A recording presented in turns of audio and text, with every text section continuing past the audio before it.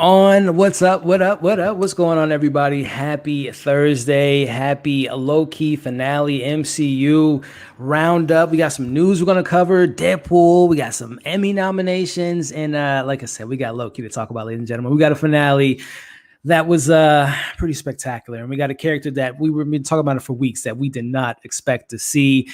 And Disney surprised us, ladies and gentlemen. They actually did the Mephisto. They did the Mephisto, ladies and gentlemen. But listen, man, I am so excited. This is bittersweet because obviously we're talking about the finale with some awesome people. But it's the last time we're going to be talking about Loki for the foreseeable future. Maybe next year, maybe the year after that. But listen, I want to take advantage of the great moments we're going to have together tonight with the amazing guests that we have, my amazing co-hosts, and everyone that's joining us live. So we're going to have a fun time tonight. I hope you all are ready to geek out with us all. So, hey, if you're tuning in for the first time, welcome to the live stream. This is where we break down Loki. We talk about any new MCU news. So definitely make sure you're liking the video, sharing the video to every MCU fan, Loki fan, Deadpool fan, fans of MCU and Marvel in general. Make sure you're sharing. And if you're watching the replay, if you can do the exact same thing, it would be greatly appreciated. So it's going to be a fun time. I'm so excited to be here. So let me bring in my co-host. This is the third show. She's been the co-host with us. She is just so incredible. She has so much great content. Can't wait to hear her thoughts on this finale about Deadpool, about the Emmy nominations. We're going to have that discussion about which show is better.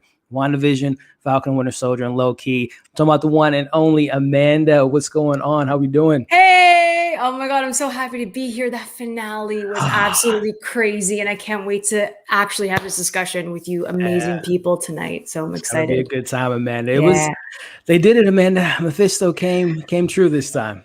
Everyone's wish. I can't believe it as well. But Amanda, hey, if you want to let the people know where they can find you, let them know. Let them know. Yeah, for sure. You guys can always find me over at AMX NDA Reviews on Twitter, Instagram, and Letterboxd. You can check out my YouTube, Candid Cinema. I will have my Loki finale review up probably later tonight. And you can always check out my website, candidxcinema.com.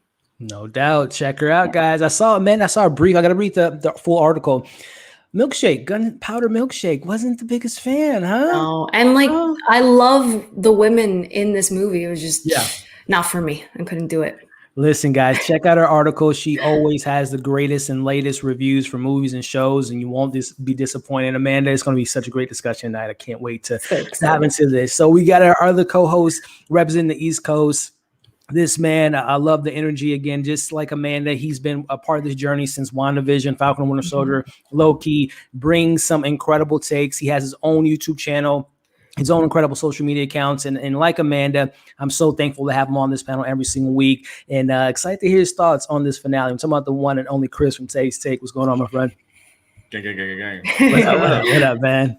How you doing, weird man? Little time, man. It's the last one. That's crazy. It's the last one, man. Yeah, you know, Marvel. They've been delivering bombs after bombs. But every now and then we need a break. So we're gonna take a couple weeks off, and we got What If and some movies coming out later this year. But man, hey, we got a finale to talk about today, Chris. And man, Jonathan Majors.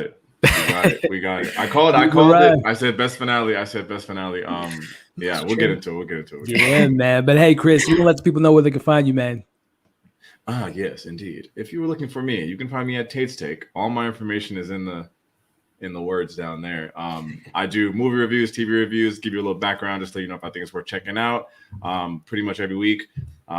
Super happy to be on this live stream. We got two quality guests today, so let me get off the screen and bring them out. No doubt, man. Hey, Chris, what? I know you covered a documentary recently on your channel, man. Was that worth checking out? I did.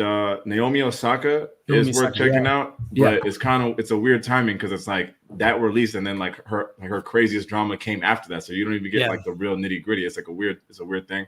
But the other one I did, I didn't review it officially on my channel, but Heist on Netflix is fire if you like any kind of like Ocean's 11 type shit, but it's like real life. That's out now, so check that out if you're into like heists and that kind of stuff. It's just 3 stories. It's quick, but it's well done. Nice, man. I got to ask Amanda and Chris, Space Jam. Space Jam's coming out tomorrow. You guys excited? Yeah, I got tickets for the first time in a theater for that's Saturday. Right. Opening. Nice. Space Jam 2 is going to be my first movie in a theater, so I'm blessed either way. Wow. Yeah. Okay. Chris, man, were you excited for King James and the Looney Tunes and the whole damn crew?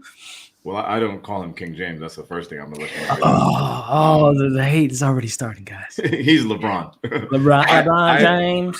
I just want to see the Looney Tunes. I'm a big fan of all of the tunes. And I know the movie's gonna be, good, and the tunes are probably gonna be great. I got a ticket for tomorrow, but I might have to change it. But right now, I'm going to see it tomorrow in the afternoon. So I'm excited to see that Dolby Cinema. So. Nice. I'm gonna be at home watching the movie because I'm not too excited about it. But we'll see. Damn. We'll see. But listen, guys, Amanda and Chris, again, I gotta thank you guys up top for the last 6 weeks and the 6 weeks before that, and the 7-8 weeks we did with WandaVision. You guys are so awesome. I'm so appreciative of the friendships we built and the conversations we have. You guys are incredibly awesome. And again, this is the final one, but not the last one. We'll be teaming up again, hopefully in the future. But listen. As Chris alluded to, we've been so fortunate enough, whether it's this show, Falcon Winter Soldier, WandaVision, to have some incredible guests. They've been on this show before, and I'm just so happy to have them back. Starting with our returning guest, this lady here, man, I'm just beyond impressed with the community she's built, the interviews she has, the reactions, the movie reviews, the TV reviews. Had the fortune to be on her channel for the first time last week talking Black Widow. I'm so excited to have her back. I'm talking about the one and only Tessa from Mama's Geekly. What's going on? Hey, thanks for having me, and thanks for spending like over 3 hours last week with me. It was fun. We talked forever, and all of you were there. Yeah, it was so much fun. I was so glad to have you guys there. It was such a fun time. No doubt. Tessa, I'm such a big fan of. I know you're rocking some merch that we'll talk about here in a second from another guest that we have on. But listen, Tessa, for whatever reason, the people are tuning in for the first time. They don't know the awesome community you have, and they should be a part of it. Why don't you let the people know what you're all about when they can find you? Yeah, you can find me every social media at Mama's Geeky. I'm also at mamasgeeky.com. I do movie reviews, television reviews, reactions to shows. Like I was watching Loki live every Wednesday morning. I'll probably be doing the same with What If. I'm not 100% certain yet, but I mean, if it's Marvel, I'm probably doing it. Let's be honest. So like I try to say, I don't know if I'm going to do it. I'm doing it. Like just get ready and come on over. And we have a blast and it's so much fun. And now I'm rambling, but Mama's Geeky. Listen, you guys will not be disappointed. As you just said, reaction, reviews, interviews that she does a great job of interviewing some amazing, talented people. And guys, her links are in the bio. Click on it, subscribe, follow. You won't be disappointed. And last but not least, this gentleman here, I've had the fortune enough to meet him earlier this year. As soon as I saw him, I think it was on TikTok first. I was incredibly impressed by the charisma, the charm, the jokes, the knowledge of the comic book stuff that he covers. And then I found that he had a YouTube channel, and all that personality from the TikTok is transferred over to his videos. He's been on the channel quite a few times. I'm so excited to have him back on. And I'm talking about the one and only Michael from A Black Gay Comic Geek. What is going on, my friend? How's it going? Rocking the glorious gear. Purpose. Yes, sir. How we doing today, man? How we doing? I'm good. I don't know how long I keep this thing on with the headphones and everything like that. It's probably not going to work. I love this. We're all matching. There it is. Michael, man, it's always a pleasure to have you on, my friend. If you want to let the people know where they can find you, man, go right ahead. It's always a pleasure to be on the stream, Elliot. Thank you so much for having me. You guys can find me everywhere on my social medias, Black Gay Comic Geek. I always say and Tessa's wearing the shirt, if it has blood, sex, gore, and magic, more than likely I'm interested and I'm going to check it out. So that's mostly what I talk about on my channel, sci-fi, fantasy. Every so often I'll jump into like the normie shows. But yeah, sci-fi, fantasy shows, that's what I talk about. I just on my own channel, just did a live for Loki. I also did a live with Black Widow. And then, also I talk about a lot of things I talk about has to do with Black and queer representation or the lack thereof. So if you're interested in all of that and blood, sex, gore, and magic, swing on over to my channel. So do it, guys. Do it. And by the way, you brought up that merch. Tessa, there it is. There it is, guys. See that? Yeah, Tessa's wearing my shirt. I am. That's awesome. Thank you so much. Awesome. Of course. I saw the shirt. I was like, I need this shirt because I love all the same things. So it was an easy sell. Hey, guys, Tessa, Michael, Chris, Amanda, the links are in the bio. Again, guys, subscribe, follow them. You will not be disappointed by the amazing content that these great people have on their channel. So, guys, we got a lot to discuss. And we got some amazing people in the chat. We got 50 people watching live. Thank you all. Make sure to like, share, comment. Let's have a great discussion. Let's talk about Loki. Let's talk about all the stuff with Jonathan Majors, season 2, which show was better, and all the fun stuff that we have lined up for you all. So it's going to be a good time. So with all of that being said, ladies and gentlemen, let's dive into some MCU news first. We had some nominations that recently came out, and a lot of nominations and a lot of MCU love for the Emmys, as we see here. I believe it was a total of 28 nominations. We'll talk about Mr. Don Cheeto here in a second, but listen, WandaVision stacked up. Elizabeth Olsen, as you all can see on the screen now, she was nominated for Best Actress. Paul Bettany, Best Lead. Catherine Hahn, yes, she was awesome. Best Limited Series. Now, if I'm not mistaken, this show, WandaVision, and also Watchmen are the first 2 comic book movies of all time to ever be nominated for Best Limited Series. So nice. I remember I was a kid and comic book movies and shows were just a joke. And now fast forward to where we are now, they're being nominated for Best Shows. And of course, the director got nominated as well. So starting with you, Amanda, we've got some MCU love and the Emmys. What's your thoughts on nominations and most surprising nomination, and what was snubbed? Who was snubbed in these nominations? If you have any thoughts on that. I'm really happy that WandaVision was able to break that barrier for the MCU, and the 23 nominations. I did find it a bit excessive at first. I'm gonna be straight. I'm sorry. I'm happy, but I'm just gonna call it a spade a spade. Also, like The Mandalorian got 24 nominations, and I'm like, yeah, okay, we're going there. Disney. So it's just it's there and it's great. Don't get me wrong; these shows deserve the recognition because there's some great there's talented people working for Disney, for Marvel, for Star Wars. Like they're all working there and they're giving us great content. So they do deserve the recognition. I was very surprised that Mr. Don Cheadle 5 seconds screen time was nominated for 5 lines. But guess what? Those were damn good 5 lines for him to get nominated. But honestly, if you're going to nominate any supporting actor from Falcon, it should have been Carl Lumbly as Isaiah Bradley. Like that's just, how do you not? But I'm happy for like the stunt nominations. I'm happy for all of that for Falcon. Like those make sense to me. But again, WandaVision's breaking that, that barrier. I just looking at the other shows nominated in that category is just very funny to me. But it's still great. It's still great. I'm happy. So, and to highlight those other, besides the ones we have on the screen, they did get nominated for production design, casting, costume, directing, editing, period, hairpiece, main title design. Some of these nominations were weird.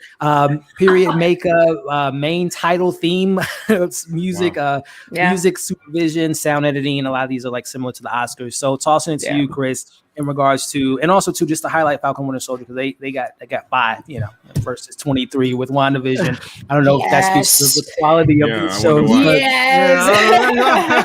I will take the nom. Sorry, no noms for Bucky, or I should say, Sebastian Stan or Anthony Mackie, or the Flag Smashers, because they brought the A game that whole series.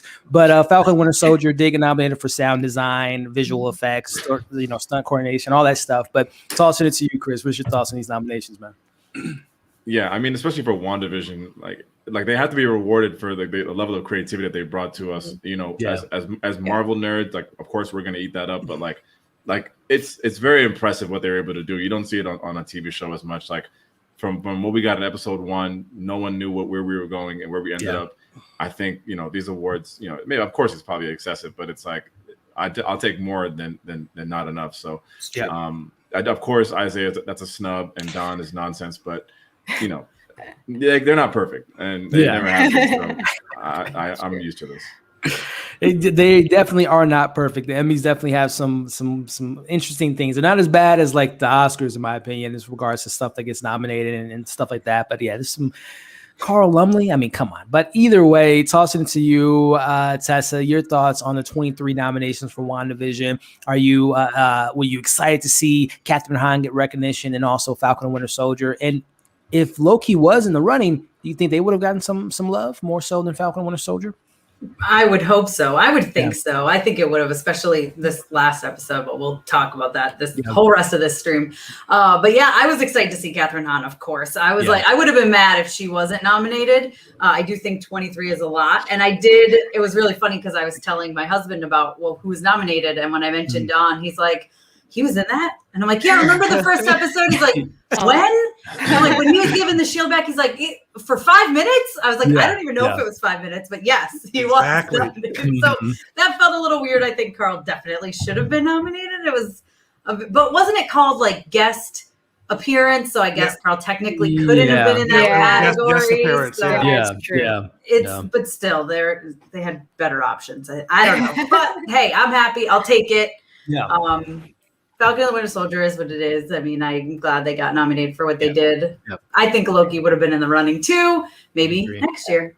Yeah, I definitely agree. Michael, man, wrapping this conversation up about these nominations, we talked about Carl Lumley, but in regards to WandaVision, man, first thing out of the gate, if I'm Kevin Feige, I'm like, okay, it's working. People are not only our fans appreciating it, but we're getting some nominations, man. What's your thoughts on these nominations and any surprises on your end? Yeah, WandaVision, I'm not surprised about it at all, especially considering how much of the cultural zeitgeist it took over with those conversations. The conversation is like took over Twitter every single episode, and then the conversations throughout the week, it was all WandaVision. Mephisto, is it coming? So I'm not surprised. And then not only just that, but like Elizabeth Olsen as Wanda in this episode, in this show. She did her thing, and not even just that, but I always think about in terms of like the acting performance, that scene in episode, what was it, 3 or 4, between it was episode 5, I think, between Paul Bettany and Elizabeth Olsen, where they were arguing. Yeah, well, she cut the credits and they started arguing.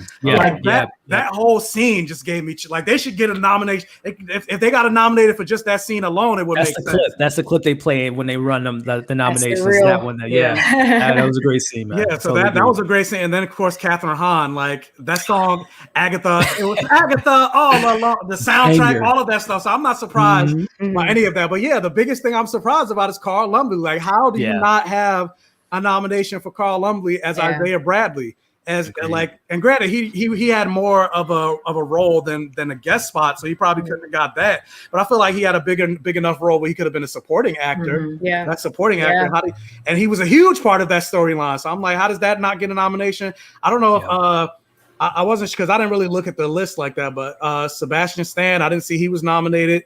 Or even Anthony Mackie, like that Sebastian, the moment he was crying, getting the brainwashing removed from him, from Wakanda, like, you can't tell me that doesn't deserve a nomination. Like, so yeah, I don't, like Chris said, they're not perfect. So some things were obvious, but other stuff was just like, really? Like how's I don't understand the logistics which are behind all of this. It just highlights the Isaiah snub more, like just by nominating Don Cheadle. Like if they didn't nominate Don, like we probably wouldn't be talking about it as much. Like it's just nonsense. Yeah, I agree. Exactly, you're right. I agree. Well, again, like I said, this is Marvel doing their thing. You know, they don't get the Oscar love, but at least they get the television love. And who knows, by next year's Oscars with Chloe Zhao and Eternals and all the stuff that we're getting this year, maybe the MCU might get an Oscar nom in the future. We'll see. But hey, let us know in the chat, guys, what you're thinking about the nominations as well as on the replay. Were you happy by the nominations? Disappointed? Do you think Loki's going to get some love come next year? Let's discuss it in the comments. But we got another big MCU story I want to cover with you all. And I know Amanda's happy about this guy because it's a canon-owned Ryan Reynolds technically making his debut in the MCU. I'm not going to play the entire clip. I don't even have the clip here. So 4 minutes. If you guys don't know, I don't know why. I mean, Marvel, Kevin Feige. So perfect. Listen, Ryan Reynolds knows how to do ads, promote his films. The first Deadpool movie and even the second one, their promotions are incredible. They need to take tips from Ryan Reynolds because this man is not only promoting himself in the MCU, but he's also promoting a movie that used to be a Fox property. It's obviously now Disney. I mean, the zeitgeist and the meta nature of it all. Kicking it to you first, Amanda. Seeing this clip, the back and forth, and talk about, I love on the internet where they have where it began showing Taika Waititi and Ryan Reynolds being, in Green Lantern. So now going to this, and obviously Taika Waititi working with Disney and Thor and Star Wars and blowing it up. And obviously Ryan Reynolds, they've come a long way. What was your thoughts on seeing Deadpool and Korg in the MCU? What's your thoughts? So first of all, I guess I hadn't watched the Free Guy trailer as much as I thought. I had no idea Taika was in the Dead movie. Yeah, he is. So I was like, I was like, film, what is the correlation? I was like, why are they here? So I had no idea, first of all. Second of all, I lost my mind because I miss Deadpool so much. And this gap from Deadpool 2 to like whenever the hell he shows up again, like it's unfair. It really is unfair because I love him so much. And this, I'm not even joking, this interaction made my entire month, perhaps my entire year. I'm not going to lie. It was awesome. The banter back and forth. But this also shows that Deadpool can still be PG-13 and move forward in the MCU. So I was just really happy that he's back. It was just so fun. And it's a promo for Free Guy. And I absolutely adore Ryan Reynolds. And it was a reaction of a reaction video. Like, I was just, oh my God, it was just awesome. You don't check me out on Patreon. I literally want him to have his own YouTube channel. I'm surprised he doesn't. I don't know. But yeah, it floored me. And I'm just over the moon about it. It was good. It was hilarious. The bits he even makes fun of taking out Vanessa in Deadpool 2, which was a huge mistake of that film, in my opinion. And just he's so aware of the situation. But, tossing to you, Chris, Amanda touched on something about the PG-13 nature of Deadpool. Are we gonna see a rated R Deadpool in the DC universe or the MCU universe, or are they gonna try to meld this PG-13 raunchiness? What's the situation with Deadpool moving forward in the MCU, man? If I had to bet, I would guess rated R so that Disney doesn't like piss off like the real Deadpool stands. I don't think they would want to risk that, and they would say, okay, cool, like we can do this. Like it's one movie, or are they doing Blade R2 or no? I think Blade's gonna be PG-13. Yeah, I think they said Blade is PG-13. Yeah. All right. Well, then it's just one movie. The fans have come used to it. I'm sure if they did PG-13, we wouldn't be like rioting. I'm sure it'll be good, but I think the fans have got used to like that R level. Yeah, I think, and someone brought it up. Nico brought it. I think Kevin Feige. Yeah, I think he did. I think he said it's going to be rated R. Like he wants to keep that tone. And they hired the directors or the writers of the new project, so I think it's going to keep it rated R. Which, Tessa, I mean, what does that look like as far as rated R MCU? Are we going to see him only interact with like the more mature Blades, Moon Knight, or we're going to see a Spider-Man in Deadpool, or a Wolverine, Hugh Jackman, who posted that picture a couple weeks ago? What's the future looking like for Deadpool? I think they're going to just have fun with the R rating and know they can do it. I do think because it will be R, that it's not going to make it like super important to the MCU. Like the kids would have to watch it to totally get, but they're going to let him have fun. And hopefully they bring in people like Spider-Man just for us fans who want that. And I'd be really upset if they didn't take advantage of that. And I feel like that would be a super missed opportunity. Just let Ryan Reynolds just do whatever he wants, and it's going to be perfect. Him and Kevin together, like, thank you. Like, it would be amazing. And then I wouldn't be surprised if we see Deadpool show up in some PG-13 things, not as extreme, here and there, just for fun. Yeah. But I want like solid R with the whole bunch of people. That's what I want. So I hope they give it to me. You and me both, Tessa. Michael, man. And to that Taika Waititi discussion we had earlier, is it possible that Deadpool makes a cameo in Thor Love and Thunder, post-credit scenes of any sorts, or just Ryan Reynolds as an actor appearing? Because we know that they have those scenes where they have actors playing out the Thor stories. Does Ryan Reynolds as a Deadpool, or Ryan Reynolds himself, make an appearance in Love and Thunder? I mean, that'd be great. Like when I saw this trailer, I was like, I never knew how much I needed a Deadpool and Korg. Disney Plus show. There it is, right there. You know how Phase 1 they used to have those little stingers, like Thor and his roommate Daryl.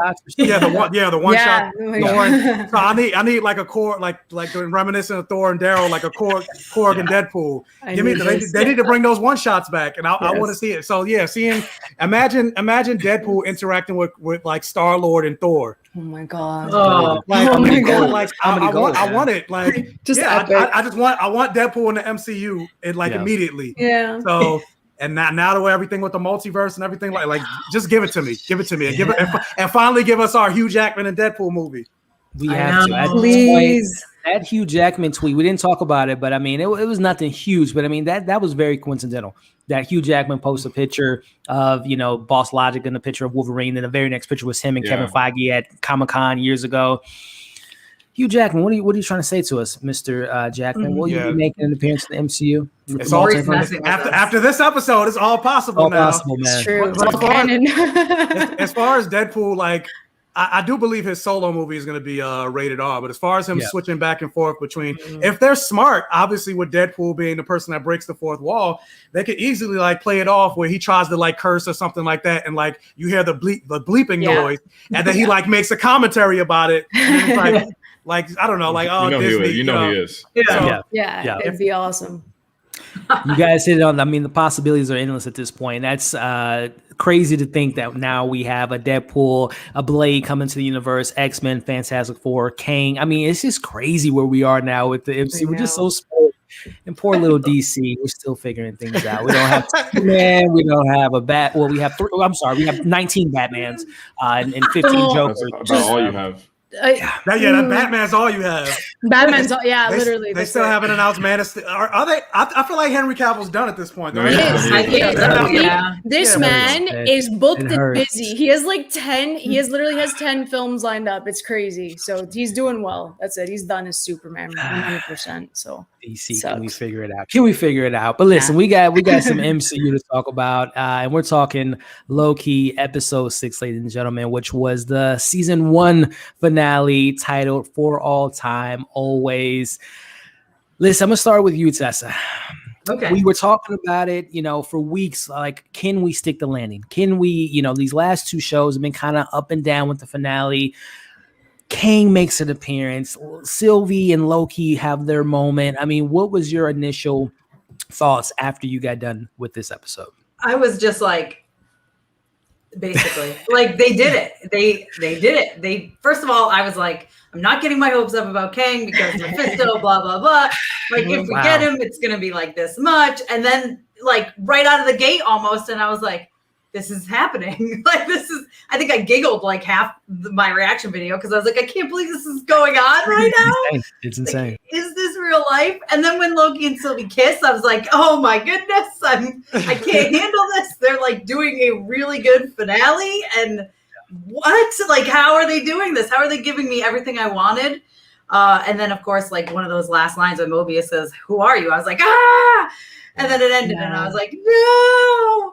But overall, man, I loved it. I couldn't believe they gave me everything I wanted, pretty much, which is not usually the case. So I was very, very happy. I'm right there with you, Tessa. Michael, man, after you got done watching the episode, what were you? We'll talk about obviously Kang, but just a conversation for a little bit. Mephisto, Nightmare. No one shows up. Steve Rogers. No, we don't get that. We instead get, Tess or Valentina. But now the rumors and all the speculation came true, man. Is it bittersweet because we almost predicted it, or is it like Marvel? They did it. This fits the story.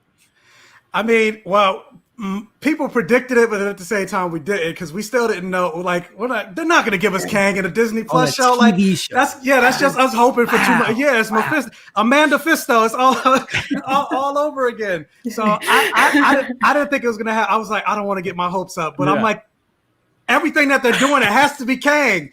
But like when those doors open and you saw Jonathan Majors, I was like, this isn't real. I was like, wait, am I? I'm like, no, I'm dreaming. I think I'm dreaming because the first time I watched it, I didn't get to watch it right at 3:00. I watched it like a little bit, because I literally just gotten off of work, so it was like 8:00 in the morning. I started watching it and then I fell asleep.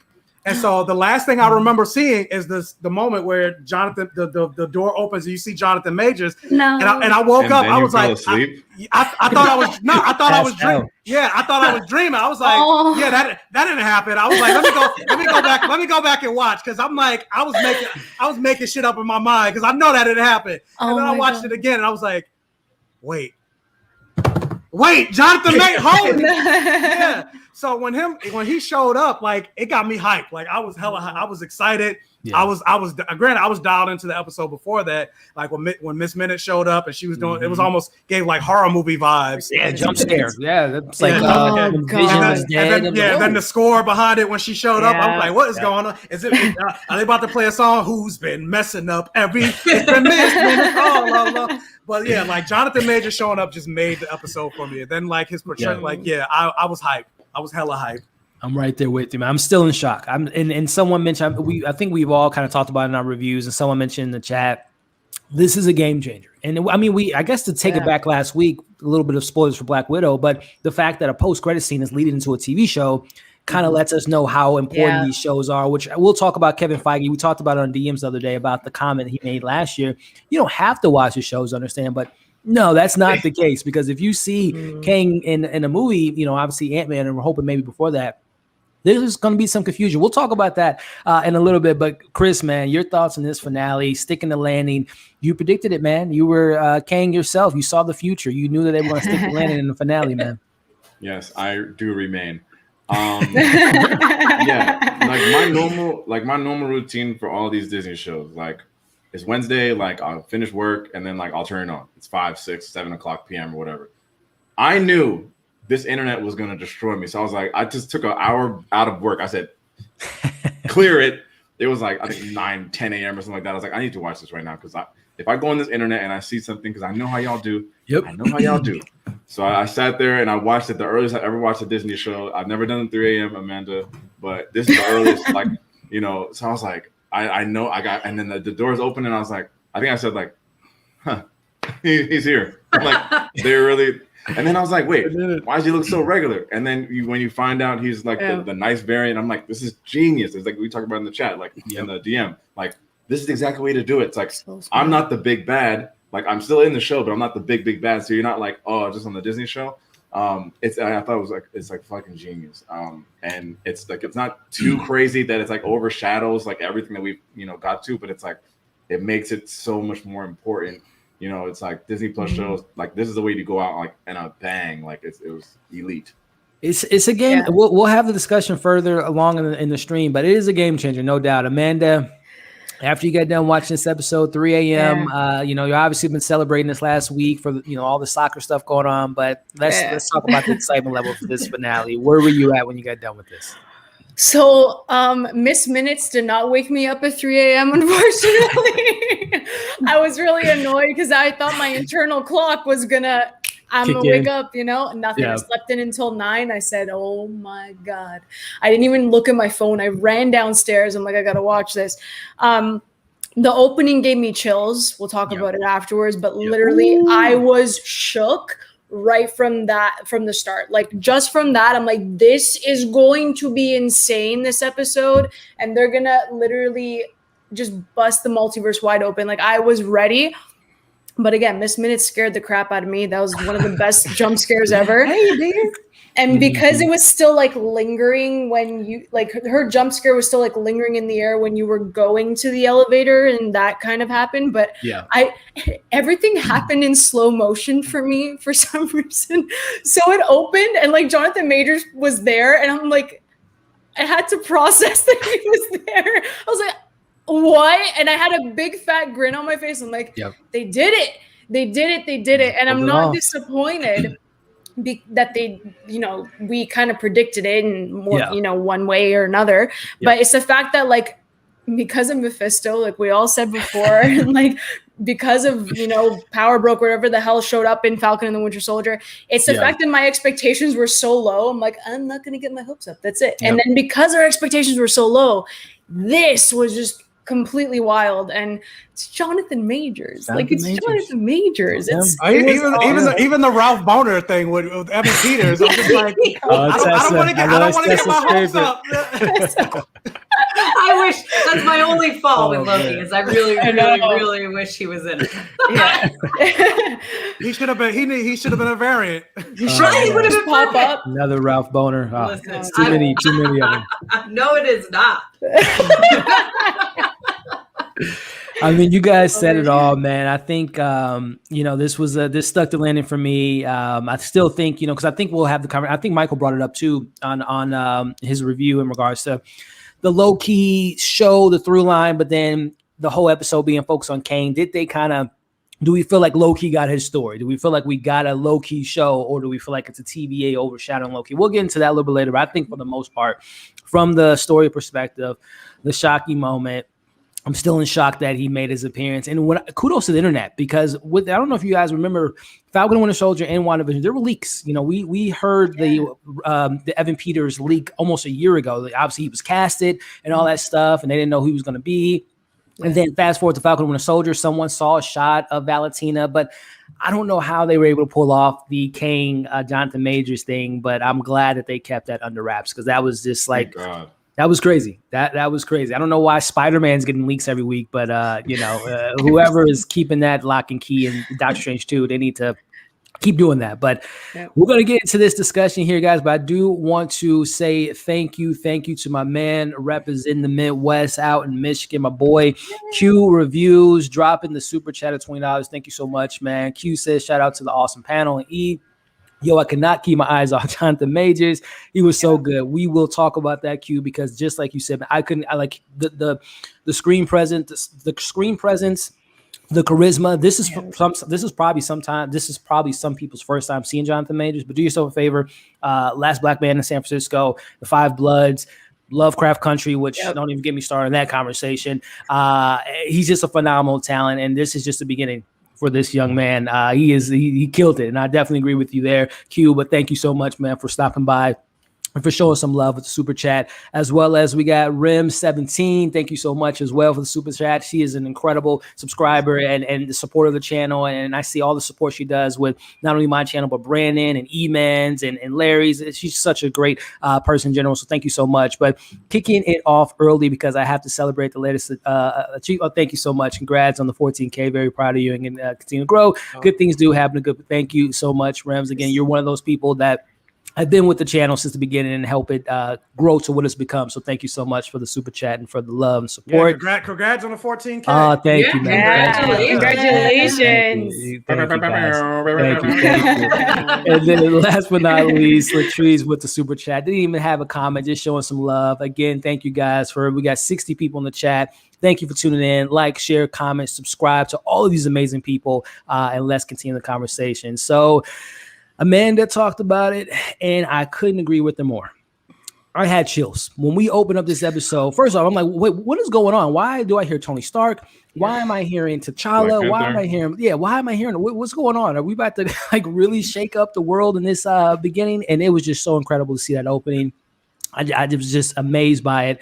And it just opens the conversation about the multiverse. If you haven't known, it's here. It's here, ladies and gentlemen. That was, we're hearing all the different variant versions of our characters. There was Maya Angelou at one point. Nelson Mandela had a quote in there. I'm just like, well, this is incredible. This is a great opening. And of course, that score, which I think we can all agree, one of the best scores in the MCU. We get the music playing with Cap and Peggy. I mean, it's just like, what is this show doing to me? Just from the jump, it just opens up with an amazing way. We catch up to our Lokis. We see the galaxy. And again, this is just opening the door for the multiverse. But we make it to the Citadel. We see Loki. We see Sylvie walking up to the doors. And I love this moment for Sylvie, because just putting yourself in her shoes, her whole life has led her up to this point. She's just not going to bust through the doors and guns blazing. She has to kind of take that moment in. But you guys talked about the creepy nature of this opening sequence. The doors open on its own, and we get it was a jump scare. I kind of got a little startled. That was if that's a taste of what we can expect with Doctor Strange 2, then sign me up, Sam Raimi, and kind of creating that creepy vibe. But starting with you, Amanda, your take on this opening sequence again. They're having this conversation with Miss Minutes now, and she gives them an offer that was kind of, you saw Loki's face, kill Thanos, get the Infinity Stones, be the ruler of Midgard. He was listening to what she was saying. Sylvie, you can have happiness, great memories. You guys can share happiness together on the same timeline, no disruption. I don't know. I might have took that deal if I was them, but that's just me. Amanda, your take on this opening sequence and this Miss Minutes dialogue. Yeah, I mean, I said it before, that opening was just so different, and it just sets the tone for the entire episode. You feel like something big is going to happen. You don't know what it is yet, but just to see the the gravity of the multiverse, to actually see it, to hear it, to feel those emotions all at once in the opening of something that we've watched for the past like 13 years change and shift that way, was just something that, you know, it was powerful, because this is a massive shift. What happened in this finale, right? In this whole season, it's a massive shift. So it really got me in my feels, and like, I was in a daze, not even a daze. Sorry, I was in a trance from like the very opening, the opening scene. But yeah, Miss Minutes sounded, trustworthy, I guess, at some certain points. She's still shady. I don't care. She popped out of nowhere. You're shady. I'm sorry. You scare me. You're shady. I can't. But I would have taken the deal too. But they're Lokis. They're gonna see it through to the very end. They have their plan, and they did what they did. But like, I knew that Miss Minutes was involved somehow, and I love the way that they used her back at the TVA and here in this moment.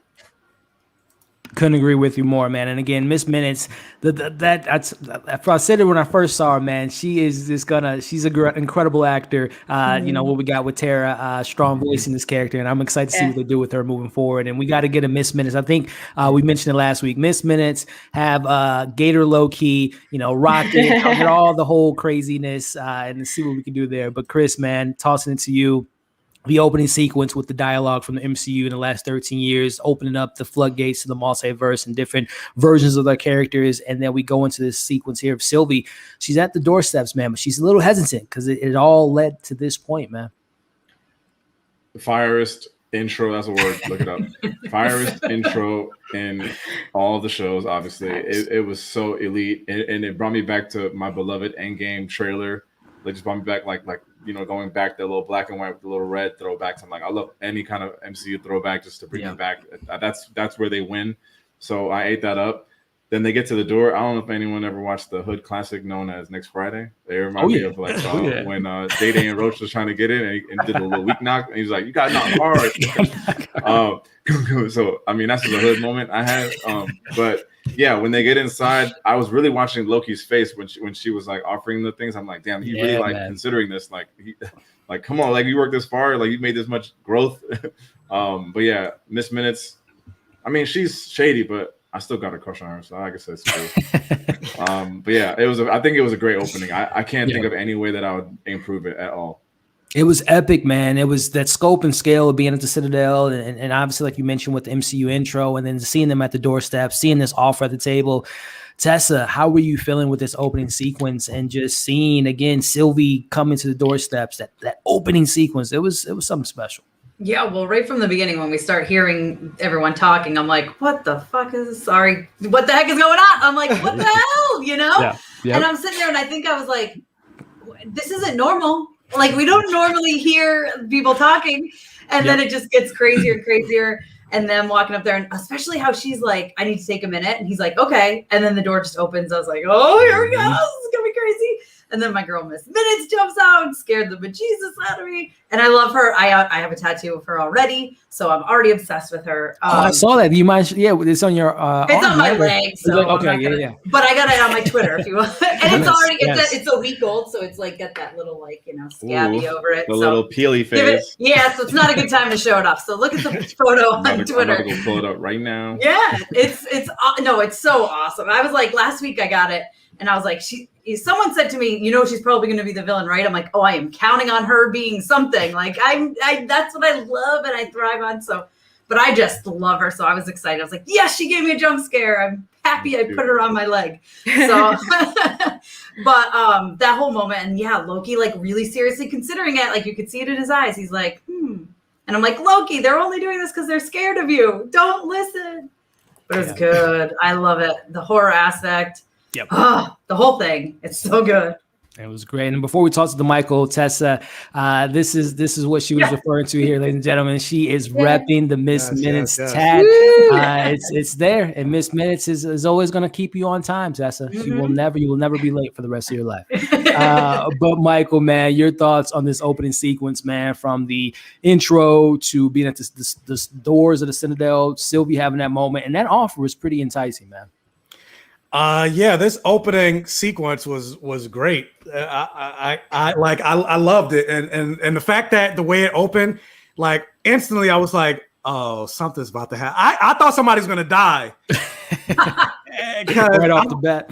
Yeah, because I'm like, well, maybe not right off the bat, but throughout the episode, because I'm like, nah, they're not gonna open it with this because even though it was nostalgic tones, it felt very ominous with what was going on. So it's like you knew something was happening in this episode. Something was gonna go down. Something major was gonna go down. Because why else? Major? I don't know. I didn't even catch that, but yeah. But yeah, something was gonna happen in this episode. Yeah. So like I thought it was great, and like Chris said, like reminded me of that very first trailer of Avengers Endgame, and I was just like, ooh, am I about to get my heart broken? Is Loki gonna die? I hope. I was like, are they gonna make me upset? Are they gonna fridge Sylvie? I hope they don't do it. What's gonna happen? So yeah, and then when Miss Minute showed up, like I mentioned earlier, with the horror tones, like. I loved it, and like you mentioned, like if this is what, because Elizabeth Olsen did say Doctor Strange: The Multiverse of Madness is going to be more horror. If this is a portal to that, then sign me up. Like I'm ready for it. Man, just a little side note, because I don't understand why Scott Derrickson was taken off the project for using the word horror, and then you hire Sam Raimi to replace him. Listen, I'm a big horror fan as well as everyone on this panel. Listen, Doctor Strange 2, horror, let's do it. But before we move on, I was gonna say my speculation of why he was taken off was almost kind of like the Edgar Wright Ant-Man situation, where too much MCU in there. He wanted to do one thing and they wanted to do another thing. Because I remember originally he said he wanted like Nightmare to be the villain, and he wanted to be more horror, but they want the Multiverse of Madness, and so I wouldn't be surprised, especially now with these TV shows. I can see not only Edgar Wright coming back to the MCU, maybe potentially, but also I can see Scott Derrickson having some type of feature in the future, whether it is a Doctor Strange or maybe someone else from the MCU Supernatural. We're getting Moon Knight, we're getting Blade. We'll see what the future holds for some horror directors in the future. But before we move on, shout out to MM with the congratulations, showing some love from the UK. Thank you so much, my friend, for the support and being a part of the community. But yeah, guys, we're moving on to the next sequences here. We've been talking about this young lady for the last few weeks, and we catch up with her in this sequence with Renslayer. She takes a moment. She acknowledges her buddy, her friend in the friend zone. Mr. Mobius is gone, but she has a conversation. This is an interesting conversation here because Miss Minute says, I got the files for you that you didn't want, but what you need. He says you need these files, which we'll talk about where we think Renslayer went in her search for free will. But just kind of briefly, Amanda, how are you feeling? We'll talk about her journey and her quest of free will, but just where are you at with Ravonna after this episode? Obviously, we'll talk about it more, but just where are you at with her and this character so far?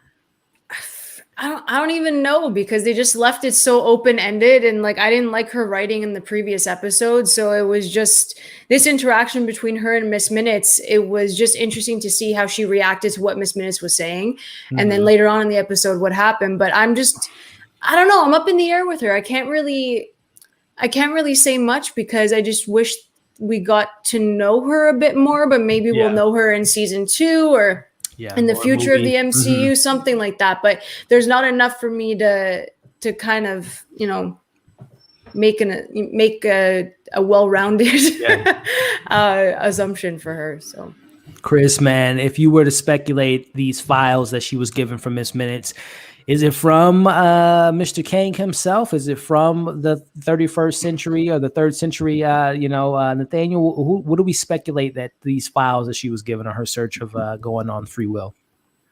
Yeah, I think the biggest reveal from her in the whole episode, and to Amanda's point, it was very confusing. This part of the episode. I mean, I guess she's kind of been confused in the whole show if I think about it. Yeah. But I think the biggest reveal is when she said, "I'm going to find free will," because she said the only people with free will, the people who are in charge, and we know who's in charge. So I figured that's where she was going. So that kind of helped me figure it out. But not sure about the like what was the files that she was looking for? What did she actually get? And then even the school scene left me even more confused. But we'll break it down.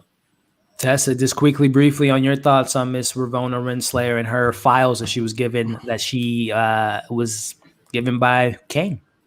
I mean, I can only assume it's like maybe basically what he told the Lokis, right? What he told Loki and Sylvie, but I have no idea at all. You know, was it like, hey, this is why I'm doing this. This is what could happen. Yeah.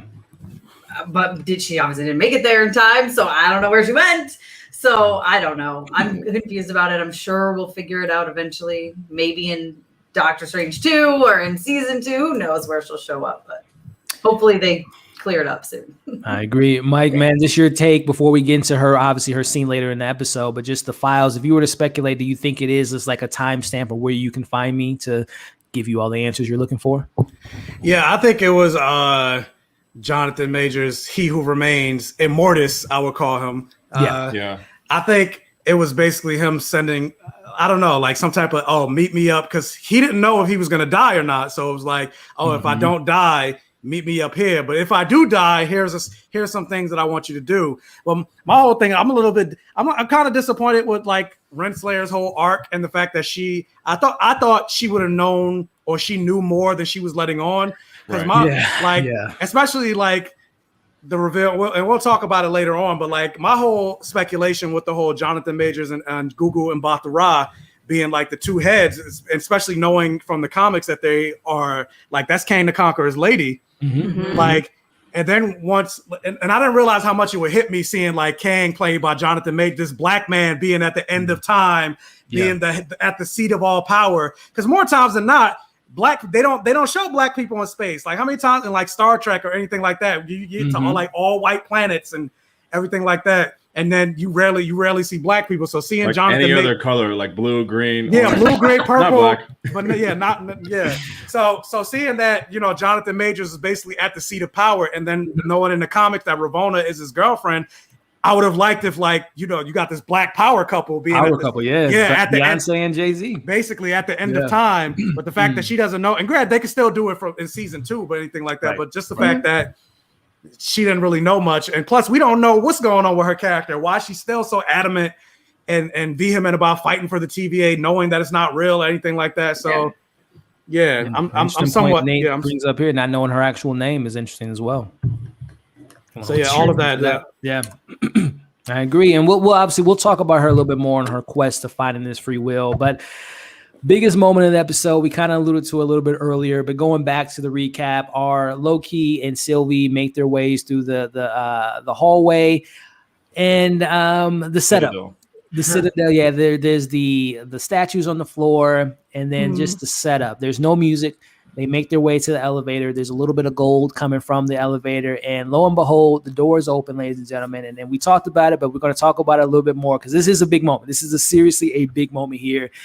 Jonathan Majors, as the one who remains, opens a door, eating an apple. And again, we talked about it, but just to reopen that wound, starting with you, Amanda, the fact that we saw Jonathan Majors, Disney kept this under wraps.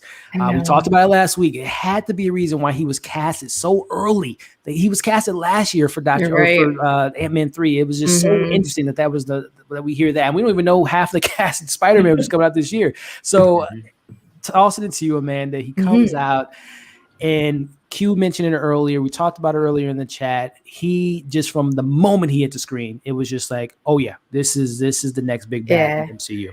Yeah, just his presence on screen. Like, I was just like, I couldn't stop looking at him. Like, you're incredible. Just sitting there, his facial reactions, everything. I'm like, okay, is he in the scene? Can I see him? Like, I didn't even care about Loki and Sylvie for majority of the second half of this finale, because like his facial reactions, his charisma, just him, his performance, everything about like this character, this variant, whatever you want to call him, He Who Remains, he knocked it out of the park. But this moment right here, it was just like, not even, I feel like a weight was lifted in a way where like we didn't have to theorize anymore. Like, he's here. We know that like he's here, and like the multiverse is here, more importantly. And I think that because we were speculating, we didn't know, but now it's like confirmed, like we know what's going to happen now, kind of.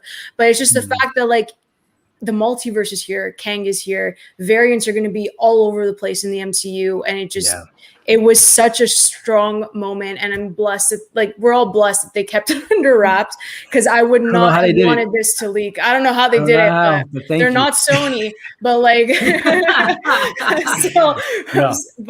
he's brilliant. I love him, and I can't wait to see him in the future.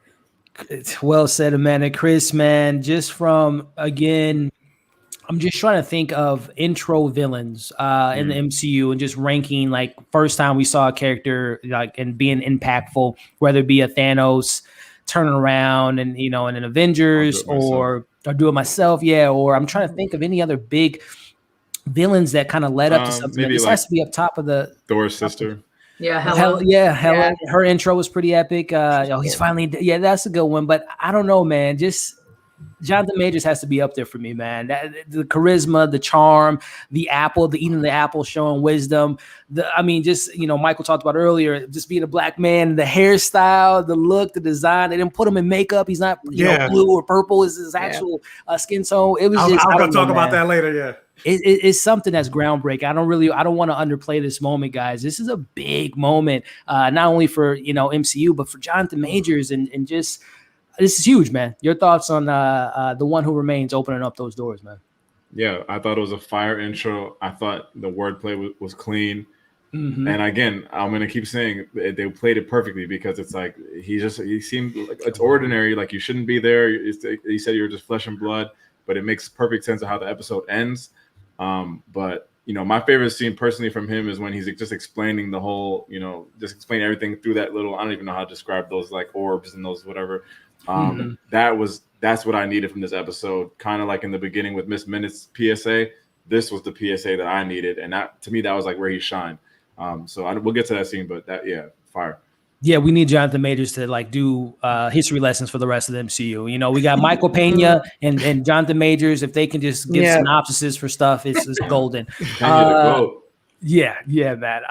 Tessa, tossing it to you, Mr. Jonathan Majors, making his MCU debut. I think this is one of the strongest debuts of any character in the MCU. And again, just if you want to touch on it, Tessa, this is Disney Plus. We're talking about a television series introducing the big bad for, I'm assuming, one of, Dr. Doom's coming, Namor's coming. There's other villains coming in Phase 4, but just for the sake of, I think he's going to be one of the big ones on a Disney Plus show. Significance of that, this is a game changer. Game changer. I was like, I think that's why I convinced myself he wasn't going to show up, or it was going to be a very little blip, you know, like I'll do it myself, but like that's all we're going to get, really. Right. So when he came up so early on, I was shocked. And like I said before, like I was like giggling and like staring at him and like, what's happening? The way he just eats an apple and he's just like talking to them and laughing, and I'm rubbing his nose like he didn't care. I'm like, this guy is amazing. Like everything, the way he like, I knew you were going to do that. And he's like in the back of the elevator now. I'm like, this is insane. Like he was so good at that reveal. Yeah. I think just not knowing at all that he was coming into this was like mind-blowing. And I'm so glad that didn't leak. And I don't know if that's partly why they announced he was, so if anybody saw pictures of him, they would be like, oh, he's prepping for this. And, for Ant-Man or something, yeah, I don't know. Just 2 weeks ago, he was like, Kang, who's Kang? And then obviously we saw him in a comic book store, and this is like, it's like, okay. Tom Holland, Mark Ruffalo, can you guys take notes on how to keep things in the wrap? Oh, guys, it's just amazing. Michael, man, I mean, again, this is huge, man. This is a character of this caliber, an actor of this caliber, and I don't want to discount Disney Plus. I mean, this is one of the biggest streamers out there. Disney's killing it out there, but I mean, just in the grand scheme of things, man, we're in the zeitgeist. We're in the bubble. We know what's going on in the MCU, but for someone that doesn't watch this is a pretty big thing, man. Is this something that we can see moving forward? Armored Wars. Are we getting a Dr. Doom in that? Are we getting other big characters on these shows? This is Phase 1 of a sorts, and groundbreaking to see a character like this on television, man. I really hope so. Like going to the Dr. Doom thing, like that's something that me and my co-host on my own stream, Ron, we keep saying we want Dr. Doom it's perfect. to show up, and it'll be a perfect spot for him to show up. Not just that, but like for Kang the Conqueror's variant, Iron Lad, to also show up in Armor Wars. Like, give it to me. We already know the Young Avengers are coming, so we got to get Iron Lad at some. Yeah. But I thought it was a great move for Disney to have Jonathan Majors, and a surprising move because Kevin Feige talking about, oh yeah, you don't really need to watch these shows, and it's like, clearly you do. Like there's no, and I don't want to talk about like, well, even with Black Widow, like if you don't watch Falcon and Winter Soldier, no spoilers, but the post-credit scene means nothing to you. So like it shows a Seinfeld crossover or something. Well, I literally had people asking me like, was I supposed to mean something? I'm like, did you watch the show? No. Okay, so. Exactly. It goes to show that the ecosystem of Marvel with the Disney Plus shows and the movie is growing and becoming way more significant than like the Netflix and Agents of S.H.I.E.L.D. Right. Where they were like, it's all connected, but it's like, no, it's not. I'm loving it because, as a comic book fan and then just a fan of watching both properties, I like to see that this is one universe. That's the thing that frustrated me about the Agents of S.H.I.E.L.D. and Netflix aspect. I'm like, I want to see Daredevil show up in the Avengers, or like even just the scene of them fighting like Chitauri, or like they don't even mention, they just say, the blue guy or the green. It's like the event or whatever. Yeah. Like y'all are all in New York. Y'all all in the same neighborhood. Like, can I see Spider-Man swinging past? Like, so the fact that they're really giving us this connected universe, I'm loving it. And Jonathan Majors showing up as Kang, like, and I see people in the chat that also go in my stream as well, like in terms of familiar names. So y'all already know based on like my reviews for Lovecraft Country how I feel about Jonathan Majors. I love me some Jonathan Majors in more ways, and I'm gonna keep it cute because I'm guesting on somebody else's show. But for y'all that know, y'all know. Hey. So like him being here, I was just like, I love, welcome to my safe haven. So love it. So I loved every moment that he was on screen. I will say though, like at first though, not necessarily his acting, but his portraying did kind of catch me off guard. I'm so glad you brought that up, Michael, because it was a little, I don't want to say jarring, but I'm so right there with you. It kind of caught me off guard. Because with him being so quirky, and granted, he was acting it very well, but I was like, what is this? What is going on? But then the more he got into it and was explaining his story, I was like, and then also when he mentioned his other variants, I was like, oh, he's going to be a fucking fantastic villain of a lifetime, man. Yes. Like so many characters he can play. Yeah, like when he was talking about his other variants, and he was like, some of them are not as benevolent, and said like you saw him switch, and I was like, oh, this is gonna be great. Like he kind of reminded me of like Tom Cavanaugh. For those of you who watch The Flash, he's basically gonna be the Tom Cavanaugh of the MCU. Oh, that's a good one. Yeah, every season he's somebody different, and I can't wait. I can't wait to see how different this version, his actual, because he's going to actually be Kang and Ant-Man. So I can't wait to see how that's different from this version that we saw in Loki, how another version or whatever. Like, I can't wait. I'm just hype. I'm hype. I'm right there with you. And just to kind of stay on the conversation just for a little bit, starting with you, Amanda, just going back what Michael said about this whole TV connective tissue. Is it overwhelming? Is it a little bit overwhelming to know? And again, we're all we're going to watch all these shows, watch all the movies, but just from the outside looking in, I know it's hard to take ourselves out of our fandom, but it's like, is it a little scary? I mean, from a creative standpoint, if I'm a director or a writer, you get an opportunity to write for Marvel, you're going to take it. But it's just like, we just talked about Scott Derrickson. You got to play you have your freedom, right? But you still got to play in the ballpark and keep everything. Is that a little intimidating for a creator? Is it intimidating for a fan to know that they have to watch these shows, to know what's going on in the movie, just to have that conversation? Is it something that we're going to watch it, but is it something that is a little bit intimidating for those that aren't attached to this world like we are?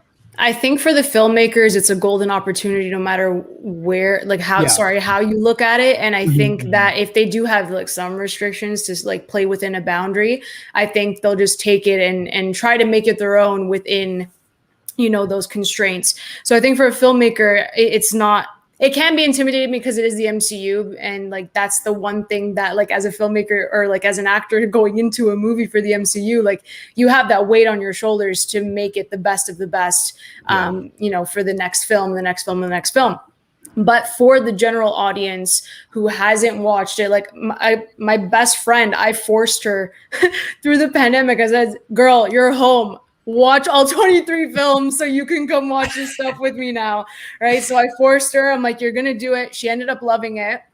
And I'm like on top of her. I'm like, listen, you have to watch these shows. You have to watch these shows. Even if you're not a fan of certain characters, you have to watch them because they tie into everything. So it is intimidating. If you're outside and you've only watched like a couple of movies, or you're literally only sitting here watching Loki and you don't plan to watch the rest of the MCU, it's like, it's too much. It's overwhelming for the people that aren't as like invested every single time something comes out, or like every week watching it like that. So it's intimidating, but it's fun. And I advise people to just watch it and get into it, even if it's not your thing. This is a massive, massive universe to be a part of. And you meet amazing people. Like, I'm here talking and discussing this with you guys, and you guys are all amazing creators, and you meet people and you just have fun. So it may be intimidating, but everyone has to start somewhere. So I want people to watch it, because this stuff is going to explode. Like, they're just getting started after 11 years. That's what it feels like. So, yeah. Chris, man, and well said, Amanda. Chris, same question for you, man. As far as just like knowing that these are so interconnected, and knowing if you miss a show, you might miss a big plot point in an Avengers 5 film. Is that a little bit nervous for you as a fan, or is it just like the more the merrier, man? Well, I mean, for me as like an MCU nerd, no, but like to the average person, yeah, it is a lot. Like just watching Loki, like you're talking about like strands of time and like variants of like which version of this, and then like imagine just being a fan, just watching all the movies, and then you see Loki get captured, then fight alongside Thor, then you have to rewind to see Endgame to see him take the fucking Tesseract or whatever. Then it's like, oh, but that's what time it is now. Like this is Avengers Battle of New York, Loki. It's a lot. Even just me explaining that right now, it just sounds like nonsense. So the answer is yes, it is for like the average fan. But I always subscribe to the fact that if you're watching these movies in the theater, there's the barrier to entry to watch Disney Plus shows is very small. So like I think you might as well just watch it all. 6 episodes in and out. No one's telling you to watch Game of Thrones. I don't know how many seasons, how many episodes that show has, but like 6 episodes, like a couple minutes of your day. Like I think the barrier to entry makes it so it's like, yeah, it is intimidating, but they're here for you to watch them all. Because if you're gonna watch fucking, Quantum Mania, like you're gonna watch you're gonna watch the TV shows. It's true. And I wonder too, and tossing it to you, Tess, how are we going to see? We talked about earlier with Michael with the one shots. Are we going to see like previews of like previously in the MCU, and we get like a little bit of like cutting of the Loki show to show like an audience how we got to this point? Is that something we can see? Is that something you would like to see? Is it redundant? Your take on this whole Marvel TV shows are just not as important, but they're on the same priority list as the movies. Yeah, I mean, when Kevin said, you're not going to have to watch the shows, he's clearly lying, because there's no way. Like I said, the end credit, people saw Black Widow and they're like, did I need to, like, who is this person? Why is she taught? And I'm like, oh, well, did you watch Falcon and Winter Soldier? No. Okay, well, now you have to go watch that, and you try to explain it, but it doesn't mean the same thing if you're not watching it. And I think that's the same thing, which if we get little clips of like, this is, previously on or whatever, like it'll do its job. I'm sure Marvel will make sure that they explain enough, but it's just not going to be the same, and you're not going to be as invested in those people, and you're not going to know everything, and it won't pay off as well, I feel like. And it's like Chris was saying, it's like 6 episodes, right? Yeah. Each one is like, 6 hours? So just do it, and I think you'll be better off. Like, if you care that much, because or else you're going to miss stuff. I guess that's the big thing. Like, right? You'll miss something. And I guess just to put a new spin on it, Michael, I mean, just to be honest, so far, the shows have been intriguing for me, but I don't want to be, cynical about it, but there's going to be that one show that one of us are not going to like one of these shows. So do we check out of that show? And if we do so, we're going to miss something.